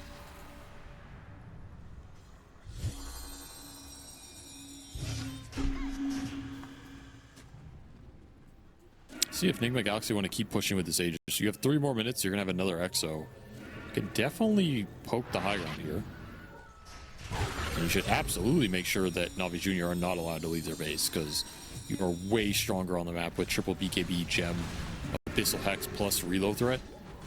Like, I see any hero outside Navi Jr.'s base, I'm instantly going on it. I'm running at them and I'm putting them back in the base. Sumail, he's got an Aegis, and you know the IO's got to be behind him. I'm not sure they're setting up on this Death Prophet, but he can't be good. A great Wheel of Wonder, catching 2 heroes. Will that be enough, though? Certainly not. Ghost is already shredded through 2 rather easily. The snowball pushing them forward right on top of these heroes. Omar, GH are just able to walk away. No punish there from Navi Jr. on the supports. And Niku will manage to get back to the base. So now it is Sumail, still with the Aegis, and now with the Exorcism. Goes up to the high ground. I guess Navi Jr. were hoping they could stop this push that was coming their way. Surprise Nigma Galaxy with the fight outside the base, but it just did not work at all. It's not much of a surprise factor when you don't have a lot of damage to bring these targets down. Hoping that there was something there. They'll try and defend the banner. Unsuccessful defense. We'll get the ult out of the Abaddon here, though. He's stuck. And he's still stuck in this ice shards, and Ursa is beginning. He put the Yules on him, stall out the rest of his ultimate. But with the vacuum, they are going to reset here. Samael getting a little bit low. Arena on 3. Noob jumping in, sees his opportunity with Got the Juice, no longer having his ultimate. Once he's inside the arena, the follow-up will come from Nigma Galaxy. Ursa will eventually get there. Samael blinks in instantly. He killed the carry. Now, without that damage, NAVI Jr. will just have to relinquish control of this bottom lane of barracks. The lead was too big to throw. That's the moral of this game. You know, like that early game was just way too good. And this Ursa pick was way too good. 9-0-10 for Ghost, untouchable. 15-0 for Sumail, even more untouchable. He was also a big problem. I like this IO DP pairing. Like, I feel like you just need little ways to help DP play through some of the counter picks, and this hero can shine. And just giving her some extra sustain, some extra amp, feels super good here. I guess the question is, what were the counter picks? Yeah, that's another point. I like the Ringmaster. I don't know if I like anything else. No, I don't think they counterpick this DP as much as we've seen in some of the other games. Like, Ricky is pretty irrelevant. Darkseer, pretty irrelevant. The Puck matchup, pretty good for DP for most of that early game. Like, maybe ultra late, yeah, but who cares? And Abaddon is not a burst damage oriented hero, so I agree this DP has a pretty good game, and Navi Jr. gave it to him. I appreciate the Navi Jr. go out fighting. You know, they made that play. I mean, it looked a little silly bottom lane because it's like, I just don't see it's possible to succeed here. But another situation, they're going to 5-man smoke up, head for the second Tormentor. There's no way out of this but just Hail Marrying. And in order to get that Hail Mary in the first place, you got to be in the position to make it happen. They get to the Tormentor high ground, but again, Nigma Galaxy aren't actually doing it. Smoke just not going to land. You have no real insta-stun anyway. So it's like pretty guaranteed Nigma Galaxy get BKBs off on whoever you jump first. That's another problem with this lineup. How do you really initiate fights? Really tough. Here's an Exo hitting your base. What are you going to do about it? Gotta look for another flank angle. They'll commit another smoke looking to wrap. Gotta find the supports. But Ghost is protecting the angle. They have completely stopped this angle of approach. They throw out the wall, but BKB activated. So Ghost just starts going to work on Got the Juice. He doesn't want to overextend too much, though. He backs himself away. They deal with Science on the side, and PMA almost dying. Maybe the Snowball can reach him. It tags him, and he dies to Omar. Buybacks immediately going to be put to use here. And finally, they're like, okay, I guess we have to deal with this Death Prophet. They all in on him. Omar gets a little bit low off this one. Omar might actually die. Picked up by the Snowball. Rolled over to the other side. Ghost is almost dead, but he's not quite dead, and the problem is still there. Samael is the problem on the Death Prophet. I never even got the Ursa, dude. He's just kept alive, double saving supports, gets the job done here. Nice game from Nigma Galaxy, but that is how you... Yeah, I guess I always love when teams... when drafts clash on direction, right? Where you have a clear identity one way or the other, and we just see whose idea wins out. I think that's always a fun way to run with it. I am definitely quite concerned Navi Jr. kind of getting run over. Like, they should win lanes with these heroes, but Undying, Venge, Mag are heroes that if you do lose the lanes, it can go really, really bad. Nigma Galaxy smoked out. Dude managed to get onto the high ground here. They're going to clash, but they're running into an Undying. This is a full 5-man lineup, and Navi Jr., they certainly feel like they have the advantage, and they would be right about that. But they don't have any catch. So, yeah, bit of an awkward situation for them. They don't lose anybody, though, so they'd be happy with the outcome. And you got to remember last game, Nigma Galaxy, they had a pretty big lead with the D-Ward in 3 runes. So if you just go even here, you're already doing better than game 2 on the side of Navi Jr. I do like Nigma seems to always set up that it's like, it's not just a setup for First Blood, but also they are always setting up to try and get 3 bounty runes through their various position, right? Samael and GH, they're thinking about contesting there. Noob is trying to contest on the other side. So they contested all 4. They didn't commit on 2 of them, so it's still going to be a 2-2 split. But they at least gave themselves that opening, that if Navi Jr. screwed something up, on their placement of the heroes, they would get 3 or 4 bounty runs. Unfortunately, there was no screw up, and so they'll have to play this game on even footing, unlike last game. See what they can do with the lanes here. This off lane should be pretty tough for them. Double melee hero into the Undying Ursa does not sound fun. This mid lane is, I mean, it's kind of a wash because it's mid Darkseer.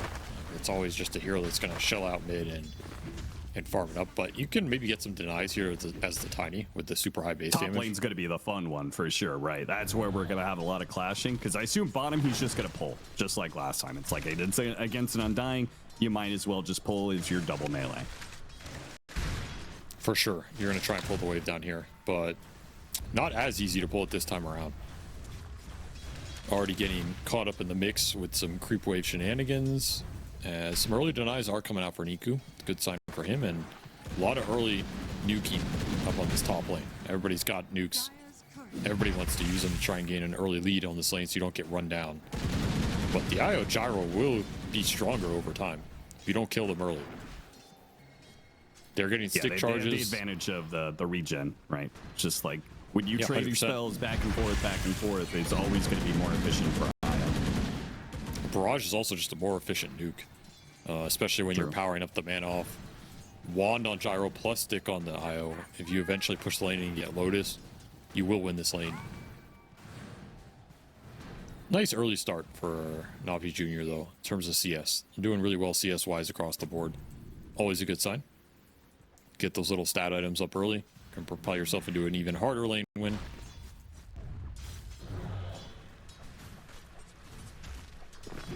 Watching Samael do this battle with Niku and the crash landing just did so much damage to him. He can't actually like win the man fight, which normally you would with Darkseer because Ion Shell. It's pretty funny.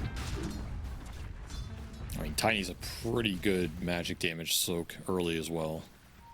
Yeah. Super high HP, no armor.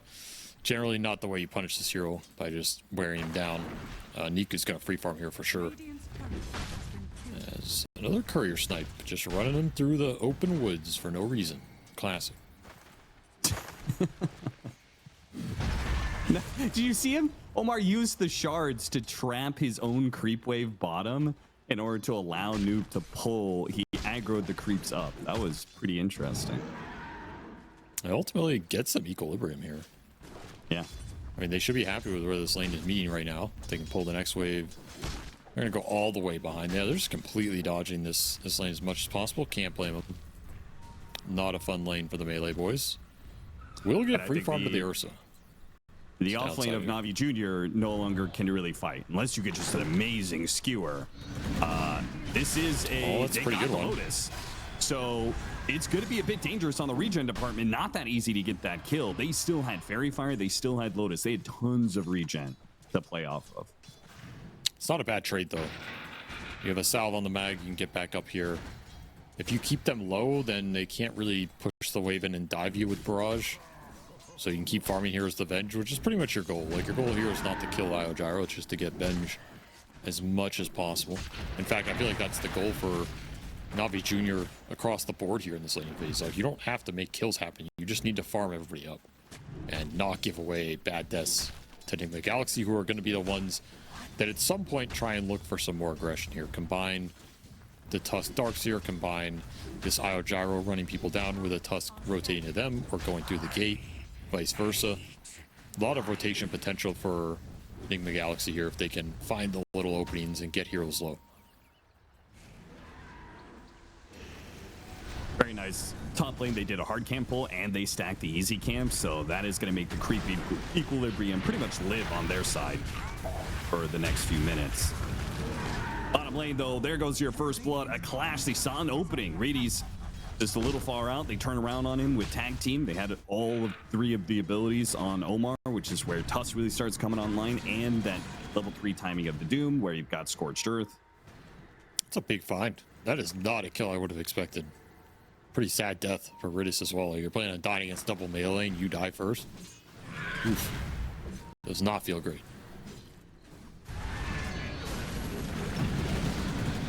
Broke the tether with... Oh, he didn't break the tether. Wow. That must have been really close. Nice rotation from Omar. They're going to take huge advantage of this situation. Oh, he snowballed after Zayat. PMA will try and go for the deny. Oh, GH gets him with that final hit. Here's that rotation. Big pickup. Yeah, that's as you said, deadly. right? It's you get the undying, he TPs out, you know you have a numbers advantage somewhere else. This Tusk IO roam is, it's gonna be nasty this game if they can have a solid game for their cores and up the damage quickly. So look for the 6-minute power rune. Zayat's already positioning for it. Would love to secure it here for Niku, who is just farming an empty lane. The Darkseer went jungle. So this is a incredibly fat Tiny. Skewer back. Omar is slowed down by the blood grenade. He can block things off, perhaps. He's actually just going to snowball for now. And the IO nice shard. joins him. Oh, on the wrong side of the shard. They try and break the tether. And they do manage to do so. GH is in trouble. Pulled back into the avalanche and killed. A little that's awkward. Pretty sad for him. I don't think he expected that outcome. We'll have to accept Top it. lane going for the dive on a PMA. This is, oh my, I always hate Vengeful Spirit getting run down in towers, but they will manage to TP rotate, and they'll get the Tusk. So nice rotations. Another thing I'll add it on top of that, that while that mid play was happening, they went for the kill on the Ursa at bottom. They used wall, but it wasn't enough for the kill. In fact, Got the Juice can continue to sit down here. Super nice for him. Tombstone goes out.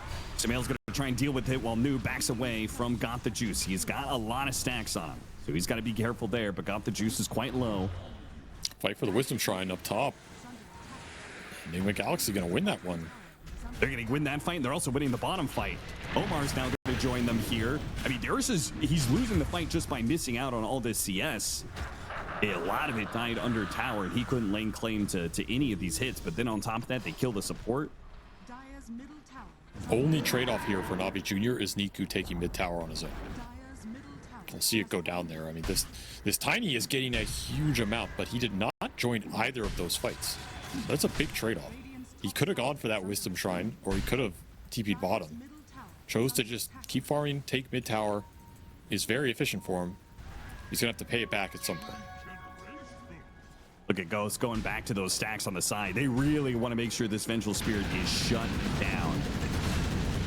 Taking all of his stacks, they do manage to get that kill on bottom, chasing him down. Niku makes his presence known in the side lane finally, but the stacks are taken, and PMA is going to die. Even with the swap, too much damage. Overwhelming here. And Niku trying to get something out of his move. Regen Rune definitely helped him play this map a lot more efficiently. He's just going to rush the blink. And he's going to have it pretty fast this game. Yes, I was going to say, like, the Venge is suffering so badly, but the Tiny is going to have such a fast blink dagger that he could very easily bring the game back for Venge. Like, Venge is a good fighting core. So if he's able to just join Niku in some fights, he might just get back through osmosis. Let's be realistic too. I mean, Venge is not the hero you expect to come out of the lane phase ahead. Like, it's not the hero strength. I feel like he always loses lane. He's always going to be kind of behind. It's a slog to get to the Ags. You just have to make that Ags work when you get there, even if you're behind a little. That was another death if they get him on the right side of the shards there, but slightly off by Omar. Also, this Venge, I don't think this Venge has to have the craziest game. Like, he's kind of here for some swap utility and backing up the two other cores, and I think the Tiny Ursa can carry this game. Like, particularly this Ursa. He has good matchups here. He can get Aegis's, play through the Doom. He has a lot going for him, but here's the gate rotation from Nigma Galaxy. They took that top tier 1, and now they're going to rotate Ghost bottom, look for some aggressive potential. See who they can find lurking behind this tower. They have Doom available too. Would love to just throw it on the Ursa here. Got the Juice, a little skittish, but he's not knowing that this full wraparound from the side is going to get him anyway. He still has the enrage, is going to pop it now, but Snowball, it's going to catch up to him. Got the Juice is not getting away from this one. The Tombstone's gone. Riddies, he's going to be chased down as well. It's going to be 2 kills for Nigma Galaxy off that rotation. Nice little move from them. And this was with the blink already online for Niku. just can't find his presence in these early fights, getting outmaneuvered right now. Nigma Galaxy using the IO once again to secure themselves a lane stage win. Yep, and we haven't even seen the relocate come to play yet. Did get a nice power rune for the Tiny, that amp damage. No joke on this hero. So Blink Dagger, amp damage online for Niku. He's a huge threat. I would expect him to get smoked or something here. Look for the IO gyro pair. Just burst them down. Would feel really good to take them off the map.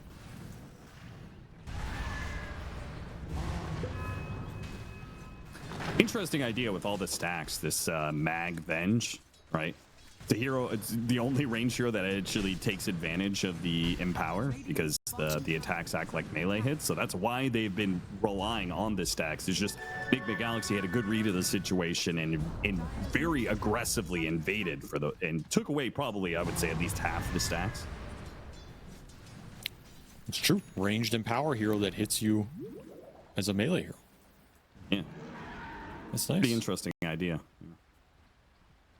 Unfortunately, it's a vengeful spirit, but you know, Yeah. you never know. Maybe this hero's stronger than people give it credit for. Is under attack.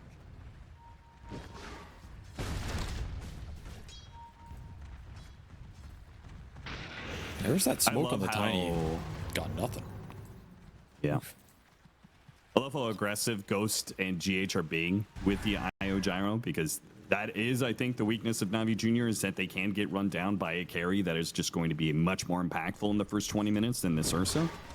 As Ursa is still trying to claw up that Battle Fury, but it hasn't gotten Nigma Galaxy that much of a lead. As much as their rotations have gone well, it's only a 1,000 net worth lead, and the Battle Fury is about to be complete for Gaunt the Juice.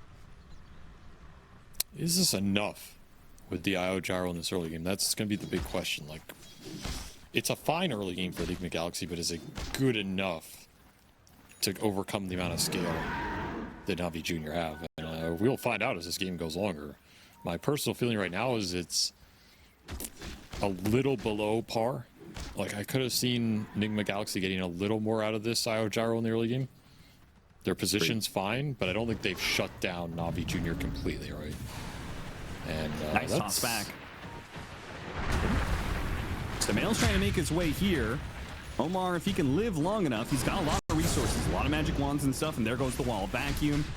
Deal with the tombstone here. There goes the heal. Relocate goes out. Zions is going to be in some trouble as the call down and the flank cannon shots land on him. They need one more shot. Maybe the illusion with the ion shell almost caught him, but good play from Niku covering his support with an avalanche. So that is a wall, vacuum, and a relocate that doesn't net anything for Nigma Galaxy. All they can do is watch this Ursa continue to farm. Sad outcome for them. They really want these ganks to connect. Slow down the farming pace here of this Ursa. And I like the whole time this is happening, the Venge is just clearing through Ancients. Help with the Empower. He's actually farming pretty fast. 100 Gonna have that CS. Ags really quickly. Yep, this is a strong Ags this game. Can soak up a lot of damage, and they found Omar. This game is looking a little concerning here for Nigma Galaxy. You're gonna have to find some good openings here, get a little more momentum than this. I don't think you want to just keep trading even net worth while this Venge is farming, while the Mag is setting up more and more stacks. The Ursa's battle furying through like your Doom and Darkseer are falling behind. That is never a good sign. Radiant are scanning. Yes. I do think that we have the hand of minus for Noob, so he'll start catching back up. I don't think I would be as concerned, but the way the game is trending has been a sore spot for Nigma Galaxy, right? If this was another team, I'd be like, it's fine. I think they still have plenty of time to make things happen, but it has been a bit of a repeated problem for Nigma Galaxy that games tend to stall out, and that is the real threat right now. The game stalls out, the Battle Fury Ursa is allowed to just freely get to his BKB. Now they're trying to be aggressive, and they're doing a good job invading into this triangle. Another Ancient stack to be taken, perhaps. More Ancients going to PMA right now if you don't do anything about it. Drop the call down, got the flat cannon shots. They should clean up the rest of them. Will there be a punish here? A TP coming in from the Ursa. They really want to try and take this fight with a jump in. Immediately a toss combo put on to Ghost. He's at half HP. Omar tries to put a beautiful wall vacuum though. Oh, got it. A better RP. Holy. And they're all locked down for the empower hits from Got the Juice. A toss over the top. my and God. get wiped out by Nigma Galaxy. I thought they had stopped that RP going off with such a nice vacuum from Sumail, and he just lives barely long enough to get 4 of them. A brutal clump there for Nigma Galaxy trying to contest these Ancients. It all goes wrong. Oof, that is a big gold swing, a big XP swing, and a huge connection from Zayats. That's a Brown Boots Magnus finding 4 on in a reverse polarity. That's just not something that should happen. They got too excited on that wall vacuum, man. They thought they could turn, take that fight, to be fair, and maybe they could if Zayats dies first. Yeah, he barely does not die there. That makes a world of difference. Insane. I mean, you can feel Nigma Galaxy going in there with that vacuum on the mag. It felt like he was just dead. That RP getting canceled on the first go.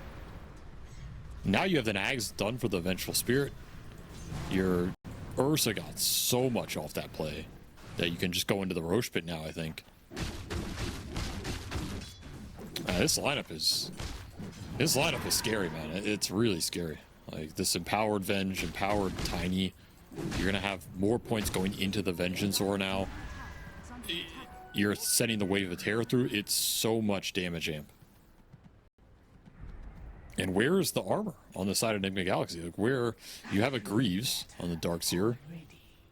That's it right now. These armor items, you're gonna have to build them as the game goes on. Oh, Hey, Solar Crest GH on too. I don't think you can stop this. What does your team fight look like? I mean, you could kind of call down there and poke at the pit, but I think you're right. If Navi Jr. just commits, you have no options. There's no way. Like you run in here, your gyro just gets swapped into RP and the fight's over. This is a free Aegis. We're got the juice, and this game is picking up some steam for Navi Jr. They're gonna smoke up and look for more. Why not? Your Venge is super strong. You just got a shield rune on the Tiny. JH has got to be clutch here. Oh, or not. It's just going to be Ghost teleporting away. I was going to say he's going to have to break the smoke and then tether to his ally and hope that they have the distance to get away. Instead, they just read the maneuver coming their way. Double TP out. Did you know the side gunner is like a separate unit? Yeah, there's that little thing that like hovers around him. It didn't TP with him. Like it flew across the map. Oh. It probably gets treated like the little that pet that you have for some of the strength heroes. You know what I mean? Yeah, but it showed on the mini map. Like that was really weird. I don't know if it should be doing that, but okay.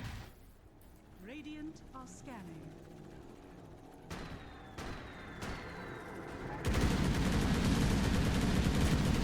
Radiant's done for the Doom, at least. Dire's top tower There's is under some attack. team fight pickup. Some of the Do you auras think on they can Doom. farm their way through this? A little bit. But it's not going to be fun, right? Like, I don't think you're not going to out farm Navi Jr. here. You want to be finding pickoffs.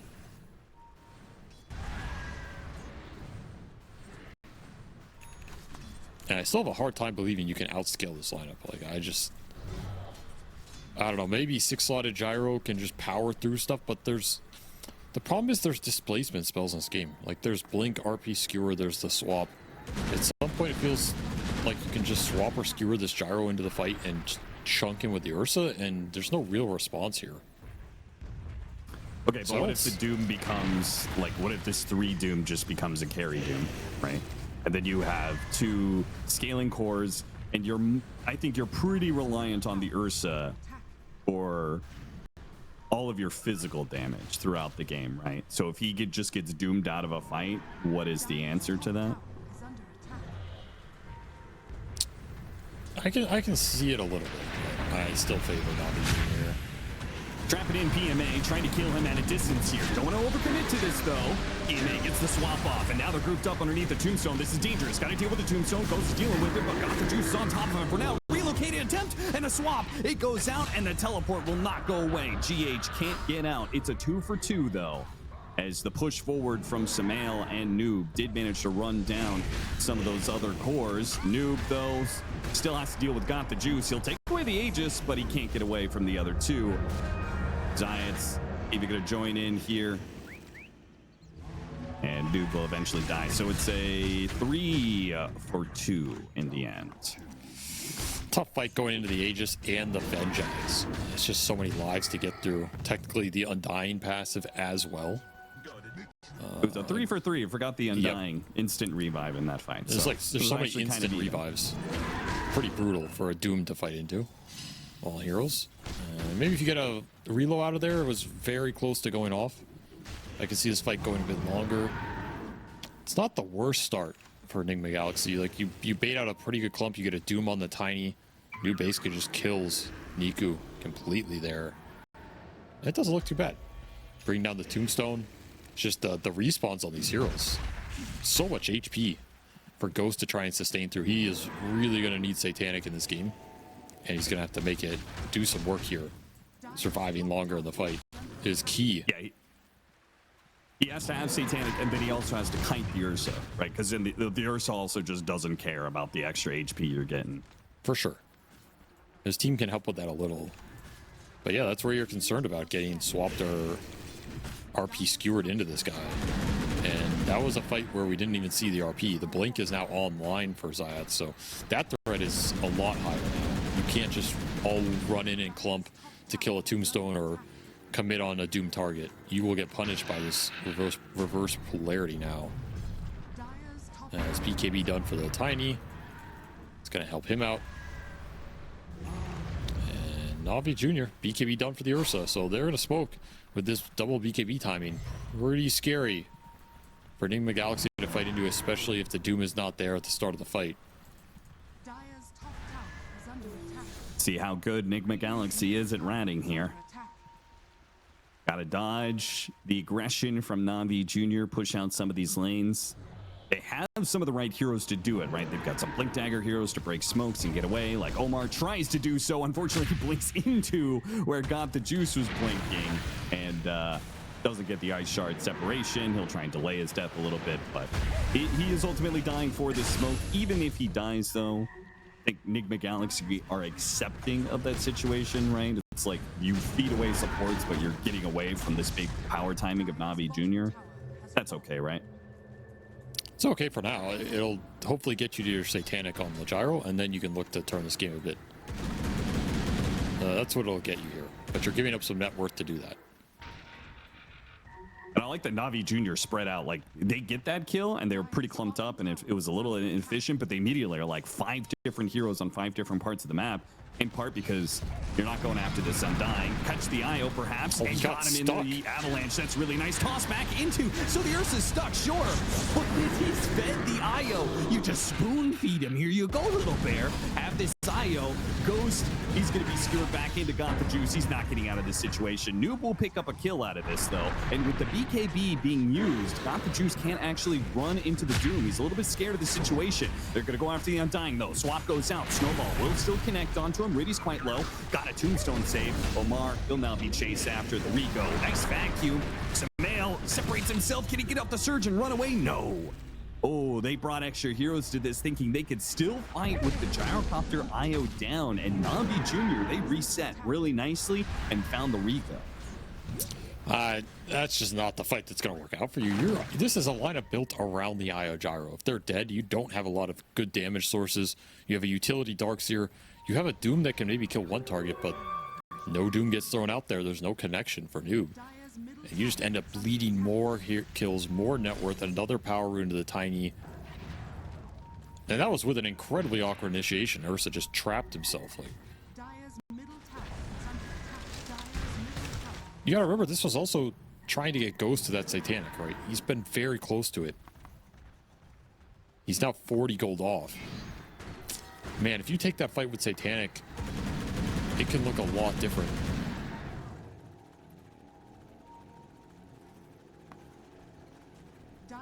Well, they finally are going to get to it, but they're 11,000 net worth down to Navi Jr., and they have some serious problems. This Ursa has a Basher, a Crystallis. He's going to be worked towards a Revenant's Brooch, so he is going to shred the Gyrocopter. If he starts getting some Revenant's Brooch hits in there, the Satanic may not be able to keep up. You still have this RP, which you don't have the best saves, right? You have a relocate out potentially, but the Sio's being hunted. You have a Snowball, but that's a temporary reprieve, not an actual save. You need some like big vacuum. Out-farmed. Need big vacuum walls, particularly around the Roche pit, to set the fight up for Ghost. If you can get the Venge illusion, that helps a decent amount. If you can kill this Undying before Tombstone, or just kill the Tombstone with flak hits, that will also help the team fight a lot. But it really just comes down to Gyro surviving. Like, if Gyro lives, the fight can progress for Nigma Galaxy. If he gets bursted down or swapped in or RP'd, skewered in, that fight is just over already. There's also a Vlad's up on the Undying as well, so the damage amp is just through the roof on this lineup, dude. Like, it's absolutely out of control. You're going to get completely chunked because the armor is just still not there yet. This Venge is going to be hitting for 300 damage a hit, right? It's not just the Ursa that's a threat. The physical damage is ramping up so much. PMA is going to be caught in the river, though. The smoke up from Nigma Galaxy. It's not a fast kill, though. It's taken some time, and he still has that Aghanim Scepter. The Ursa goes for the jump. They throw out the RP. He bursts down Dude, and now the Avalanche hits the Gyrocopter. It's done. Yeah. Yeah, that's Venge, right? You just run it and you bait out this play. He doesn't even die that fast. Even if you kill him, he has another illusion. And it just sets up the jumps for Navi Jr. Way too easy. Overwhelming damage. That was your Satanic Gyro. Never even got it all. He just gets completely chunked down in the stun duration. I mean, this might be the game. This might be the series right here. Yep. Nigma Galaxy unable to rally in this game 3 with another IO lineup that did not find the same steam in that early game, and now we're seeing the big difference. Navi Jr., they've been very good at taking advantage when they have a lead. I feel like they're always playing a bit aggressive with it. They're going straight to it and very efficiently taking 2 lanes of barracks. Niku, he deals with the top tier 3. It looks like he won't be able to finish off the barracks there, but they'll get all of mid. I mean, Roche can spawn, so no reason to throw for the second lane. Right. They also just hit a crazy damage spike. They had all these auras. They had the Vlads, they have the Vengeance aura, and then they had double Brooch between the Ursa and the Tiny. And the thing about Brooch is this item is not as good in the ultra late game 6 slots compared to like the Daedalus / Divine / MKB. But it's really good right when you get it. It's like an insane damage power spike for the cost. So they hit 2 of those. And there's just no way you're surviving this. If you're Nigma Galaxy, like, you don't have the survivability, you don't have the resistance. So it's just a brutal time to try and fight. He built up. They have to naturally build armor. And Gyrocopter, got the swap. That's going to be Samael right away. There goes your team fight. Omar, he's going to be victim of trying to save Samael here as well. So 2 easy pickoffs, and Navi Jr. they could have sat down and just said, okay, let's just go ahead and do the Roshan after we've taken this mid lane of barracks. But no, they keep hunting, right? They back out, reset, look for a fight, while Nigma Galaxy's probably thinking they're doing Roshan, and that pickoff now leads them to getting 2 lanes of barracks. There's just no way to take the team fights. Like, it just doesn't look feasible anymore. Fell too far behind. You don't have the scale. You invested this mid Darkseer into a bunch of auras that never got you a single objective in this game. Such a tough position. You needed more out of this IO Gyro, because now you're in this situation where you have to try and outfight an Ursa with Gyro. And it is just not a fun matchup, man. This guy just jumps on you with Enrage, and you don't do anything to him, and he's doing a lot to you. Now he's got an Aegis to play around with. Yeah, you're in this matchup. You always need to be like kind of an item ahead, right? As you start going into mid and late game, like you need to have a butterfly at a decent timing so you can at least, stop some of the burst damage. But instead, it's the Ursa who's 1 or even 2 items ahead.